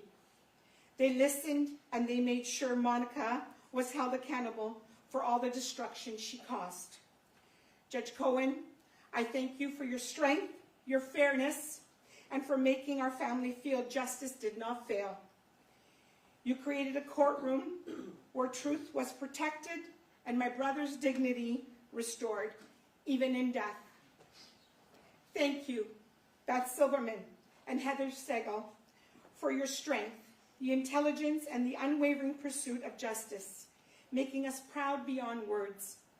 You fought with dignity, with respect, and with an unshakable resolve. There were many small and victorious moments throughout this trial, moments when I watched in awe as the prosecution brilliantly uncovered the truth and brought to light the grotesque and damning evidence of Monica's sorcery. Each moment was a step closer to justice. The Sementilli family loves you all. Today, a life sentence will set us free for the wretched pain she put us through. If you see me smiling, let it be a reminder that Monica is spending her life sentence in a California jail, living hell on earth. It is obvious that Monica tried to manipulate the world into believing that she was a victim. But here's the part she did not ever anticipate: getting caught. And what a beautifully orchestrated sting operation the world watched during the arrest. Monica will never again experience the joy, love, or excitement that Fabio brought into her room. She will never know what it's like to be truly loved again the way Fabio loved her. Your Honor, I must admit, I Googled what happens in a female prison. I needed to know. And I read that the inmates ensure newcomers get a brutal welcome. Bathrooms and showers will always be perpetually nauseated with feces and urine bombs, disgusting food, female on female, and poor hygiene. And I can't deny I like the sounds of that. With every holiday, I will grow more at peace knowing Monica's eating food that even the rats don't want to eat. In honor of my brother, I am ready to make the most of life because that's what Fabio would have wanted for me. I will cherish the memories of his love, his laughter, and his strength. With my grandkids and my family, I will always remember him with pride. To my beloved brother, Fabio, you can finally rest now. Let your love and our words rest your soul. Justice has been served here on earth, and the burden you carried in silence is no longer yours to bear. You are free.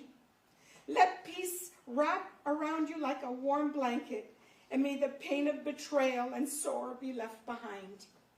Go now. Go to the arms of those who went before you, our father, our mother, our uncles and cousins. They're waiting to welcome you into God's eternal embrace. You are safe now. No more suffering, no more fear, only light, love, and peace. In honor of you, I will always remember the man you were, no matter what. You always put others first. I will make sure your legacy endures. I will continue to talk about you and ensure you are never forgotten.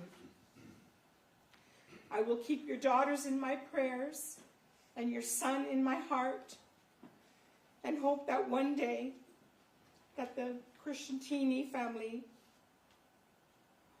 will cut off the unhealthy hold they have on your daughters. And for you, Monica, your name will forever be synonymous with betrayal, deception, and the murder of Fabio Sementilli. I urge all his loved ones to dedicate today, June 23rd, to Fabio's memory. Break open champagne and celebrate with us, and include our glorious brother Fabio in all your prayers, because Fabio won, the prosecution won, and the Sementilli family won! Thank you.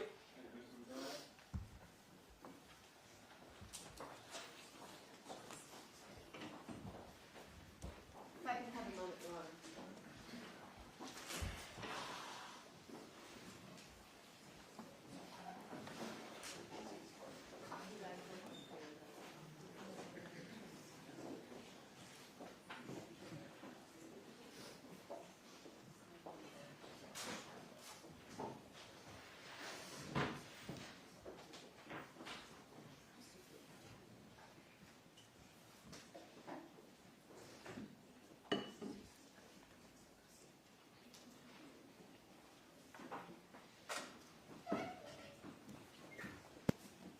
Good morning, Your Honor, members of the court, and all present.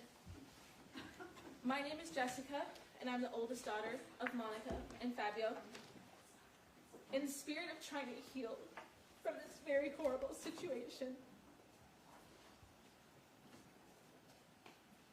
I'd like to speak about my parents, of how I remember them.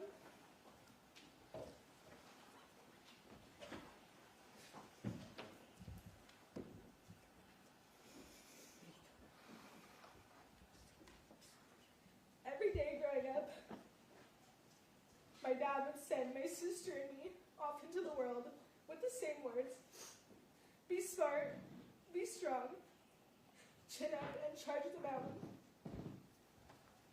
That mantra became the foundation of how we live our lives.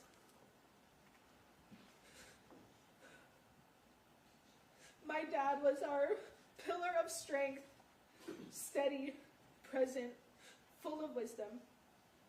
He taught us how to be brave, how to be kind, and how to show up for the people we love. He taught us to climb our mountains, no matter how steep, like this one right here. I miss him every goddamn day. I think about him constantly.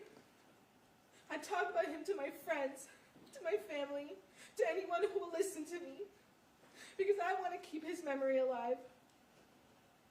I often watch old home videos just to hear his voice, to hear his laugh.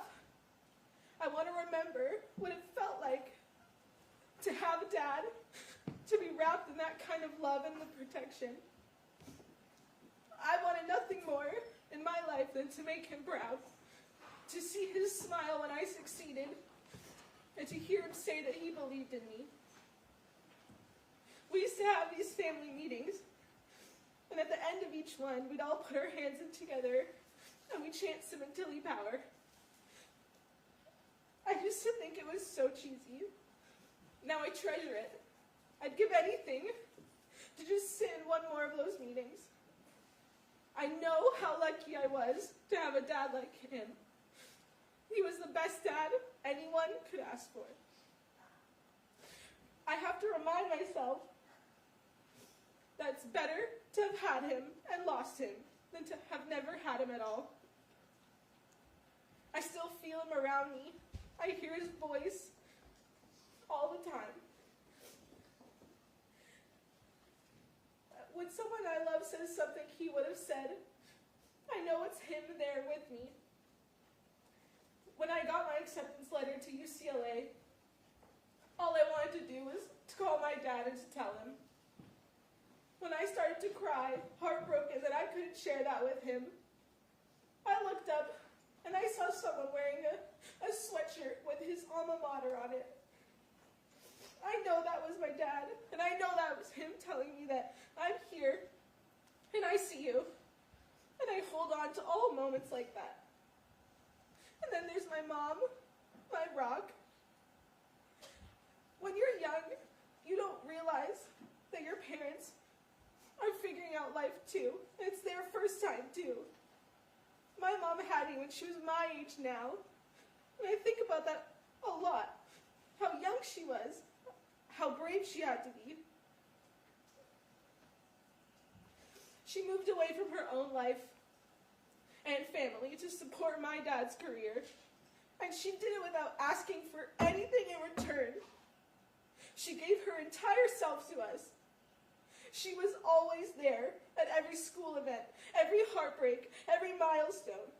She's the most supportive, selfless, funny, and loving person that I know. And she's strong. She taught my sister and I what it means to be a woman, to show up, to fight for your family, and to give love freely. Growing up, I had a learning disability in math, and there were so many teachers I told my mom that college wasn't in the cards for me. But my mom never let me believe that. She told me I could do anything I set my mind to. And because of her, I not only went to college, I made the dean's list, I graduated, I got into the #1 public university in the country, and now I'm earning my master's degree. That's the power of a mother's love. For the past 8 years, my sister and I have lived with an open wound.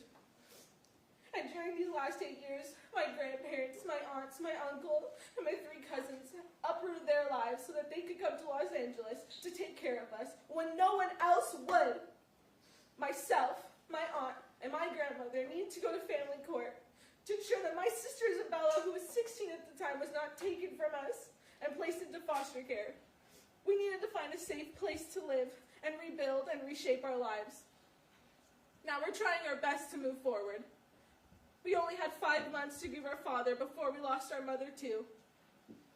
I truly thought this trial would bring some kind of closure, that we'd be able to grieve together, the 3 of us, and begin healing.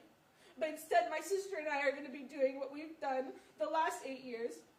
We're going to pick each other up, we're going to carry on, and we're going to stay strong. Now that we're grieving both our parents, I won't have my dad to walk me down the aisle one day. I won't have my mom to help me when I become a mother myself. And yet I will keep going. I'll keep fighting for justice, for the truth, and for my mom.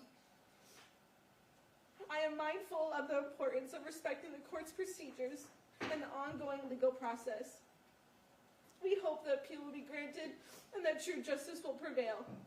We respectfully ask this court to please consider my sister and I when deciding where my mom will serve her sentence.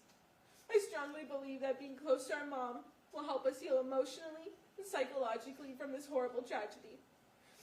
To my mom, I love you, and I am giving you every ounce of strength I have for the days ahead. To my dad, I love you so much. I miss you even more. Please keep sending me your signs. Please help me persevere. Sementilli Power. It was never just a chant. It's who we are, and it is what will carry us through. Thank you. Thank you, Mr. Mizzou.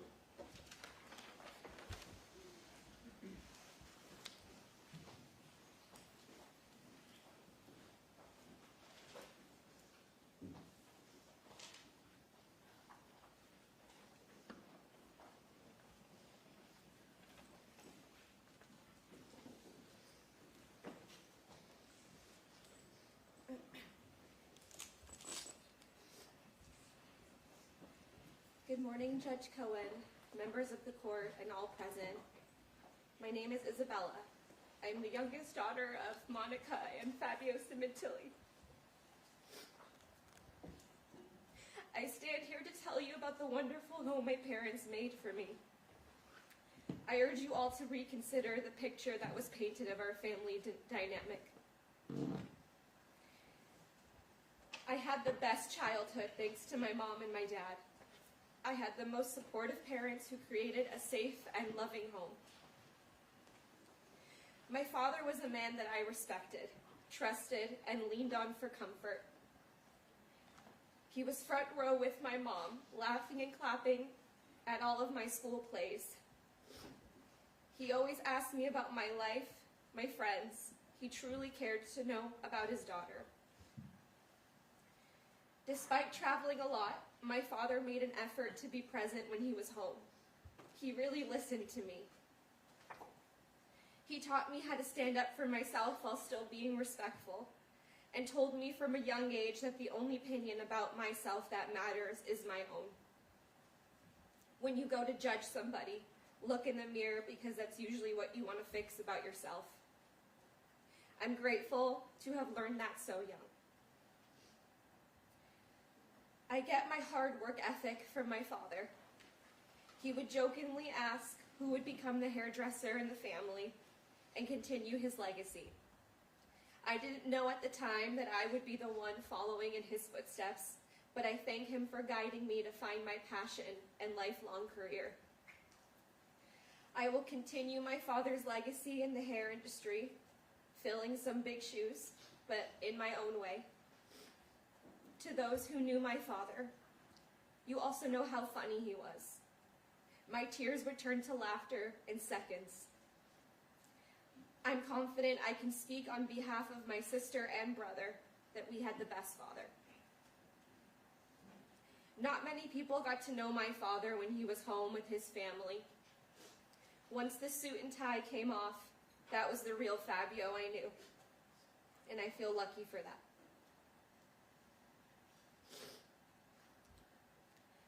My mother was the best. She did everything for me. She gave up her career, left her family, all to support my dad and give us a good life. She encouraged me to try new things, drove me to and from school, friends' houses, rehearsals, helped me with homework, all with a smile on her face. She built up my self-esteem after a heartbreak. She let me wear her dresses to school dances. She was reliable, and I trusted her with anything. She cooked dinner from scratch almost every night, and really emphasized the importance of sitting at dinner together every night as a family. She hosted dinners for my father's colleagues at our home often, even some of them sitting at our table for holidays. She is my biggest cheerleader, and one of the most selfless women I know. Non-judgmental, there to listen and to support me. Her family was her life, and I'm grateful for that every day. Many people think because I stand by my mother that I don't miss my father. Let me say right now to those watching, that is false. I think about my dad every single day, wondering what he would be saying or what his advice would be. My dad was the biggest loss of my life, and it pains me that he will never know this version of me. But I know for a fact he would be proud of me speaking today, honoring our family in a positive way.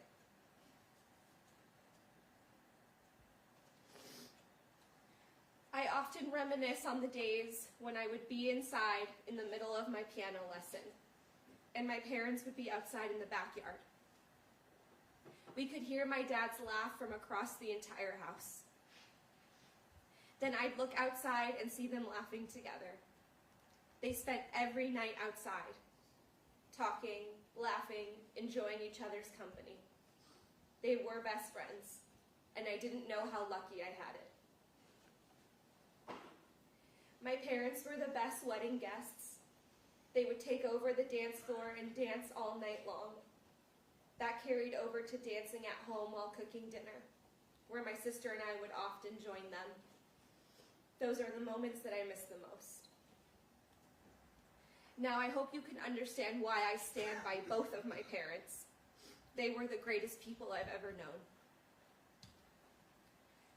I never got to grieve my father's death. I thought I could do that when this trial was over. However, that is not the case. I am now grieving 2 parents. No father to walk me down the aisle or play outside with my future kids.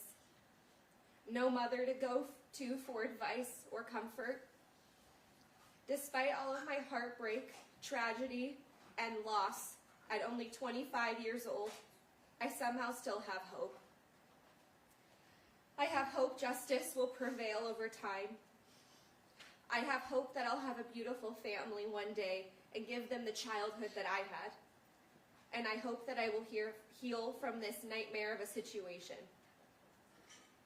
I'm hopeful because of my friends and family who have supported me, genuinely, the last 8 years. My grandparents, aunts, uncle, cousins who uprooted their whole lives, left their own families to come to California and help us. Thank you to my extended family for your continuous love and support.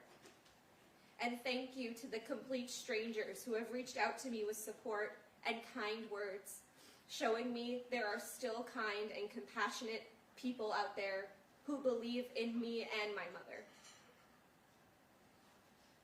I'm not sure why this happened to my family, but this does not and will not define me. This has made me work hard at building a beautiful life that I deserve, which is what my parents would have wanted.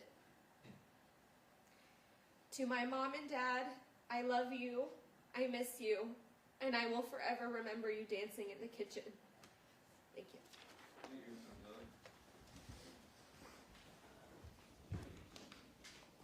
Anything further out of here? No. I'm sorry, we have one more here? Yes, ma'am? Good morning. Good morning, Judge Cohen, members of the court, and everyone present. Thank you for allowing me to speak today. My name is Anna Crescentini, and I am the sister of Monica. I'm speaking on behalf of my entire family. Words cannot describe the absolute sorrow and horror we felt when Fabio Sementilli was murdered in January of 2017. Fabio was an incredible man, an inspirational human being who had a larger-than-life personality, a boisterous laugh. He was a person who was loved, cherished, and adored by everyone in our family. To my sister Barbara, he was not only a brother-in-law, but a mentor, a confidant, pillar of strength, love, and unwavering support. To my parents, Fabio was a son, a man they loved and respected. Fabio was an amazing uncle to my children. He was a caring father and an overall wonderful person. Although more than 8 years have passed since his murder, we still have not processed our grief over his death. We do not believe this feeling of sadness will ever fade. Every day my family and I remember him. We talk about him all the time, recalling all the good times we shared, family vacations we took together, camping trips, the many, many dinners, holidays, birthdays, and events we celebrated together. He was a major part of not only my life, but in the lives of my 3 children, my husband, my parents, and especially my sister Barbara, who adored and loved him. What happened was a tragedy that tore through our family and nearly broke us. Although we shed tears over his death, we have not had time to really grieve or mourn him properly the way we want to. The reason I think it is obvious. It is, after all, why I'm standing here today. We, her family, are devastated. My elderly parents had their hearts ripped out. Not only did they lose Fabio, someone they considered their son, but now they have also lost their daughter. This ordeal has left all of us emotionally, mentally, and psychologically drained. On behalf of my mom, my dad, my sister Barbara, my husband Grant, and my 3 children, we would like to thank all of those who have reached out to us to express their love and support. This includes all of our extended families, our friends, and especially to the complete strangers who have reached out to us during this horrible ordeal. In a world full of so much hate, it has meant everything to us to know that there are still compassionate and sympathetic people out there. I miss Fabio, my brother-in-law, who was always there for me. He was a wonderful man, a great friend, and a fantastic uncle.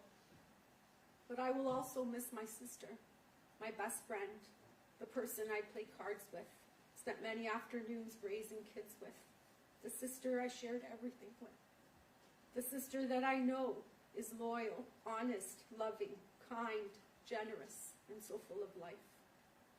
We all miss her, and we will forever love her. We, her family, stand by her and will continue to fight until the whole truth comes to light. We ask for privacy and understanding as we continue this journey, and we trust that justice, in its truest sense, will ultimately prevail. Thank you. Thank you.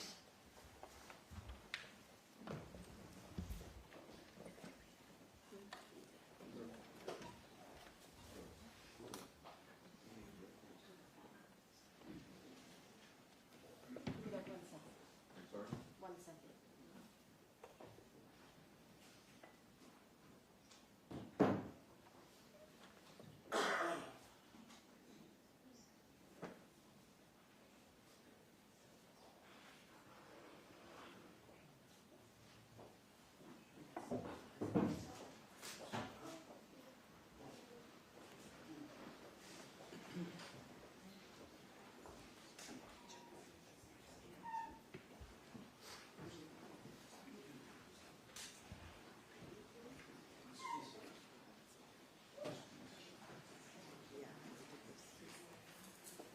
Is there any further on the people? No, Your Honor. Is there any issue of restitution?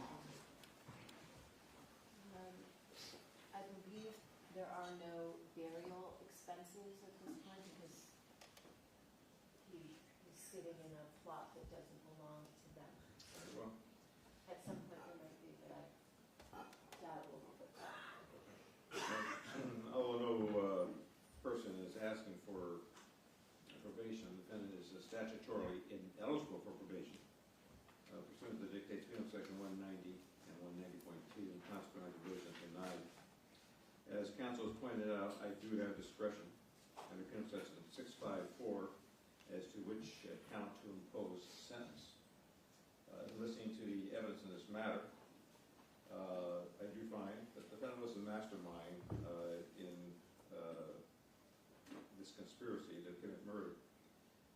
Baker did not have the intelligence to plan such a brutal, well-thought-out slaughter.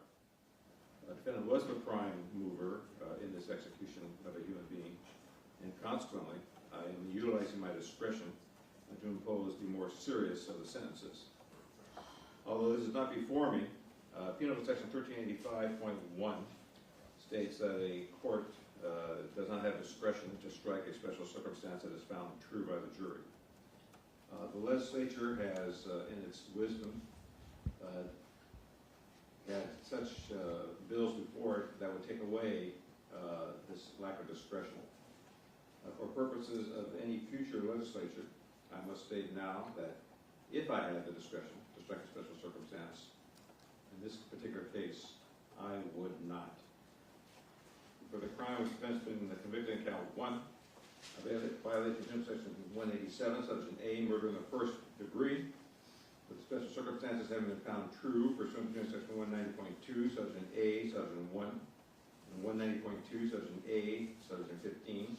We sentence the court as follows. Probation is denied for the reasons I have stated. Defendant is sentenced to state prison for the term prescribed by law, which is life imprisonment without the possibility of parole. As to count 2, violation of section 182, subsection A, subsection 1, conspiracy to commit murder. Defendant is sentenced to state prison for the term prescribed by law, which in that case is 25 years to life. The sentence in count 2 is stayed pursuant to Penal Section 654. Said stay to become permanent upon the successful completion of the sentence in count 1. Then is levied a $10,000 restitution fine pursuant to Penal Section 1202.4 subsection B. An $80 security fee, which is $40 per count. A $60 criminal court assessment, which is $30 per count. She is to submit a tissue sample for a DNA data bank pursuant to Penal Section 296. She was given the following credits of 2,932 actual days, 0 days conduct credits pursuant to Penal Section 2933.2. This time, ma'am, I have to advise you that you have the right to appeal to the Court of Appeal from the judgment of this court. You have, if you wish to appeal, you have 60 days to file your notice of appeal. It must be filed in this court and not in the Court of Appeal. It must state that you are appealing, what it is you're appealing from, and must be signed by you or your attorney. If you appeal, you have a right at no cost to you to a transcript of the trial court proceedings that's provided by the California Rules of Court. If you appeal and you do not have the money to hire an attorney, one will be appointed for you free of charge by the appellate court. You understand your appellate rights, ma'am? Very well. We are done. Your Honor, could I ask one additional thing? The court has any discretion for asking that the court recommend that she be housed in CIW, which is the closer state prison facility for the benefit of her children who obviously want to continue seeing her. I cannot tell the Department of Corrections Rehabilitation where to place their inmates. Thank you. Thank you.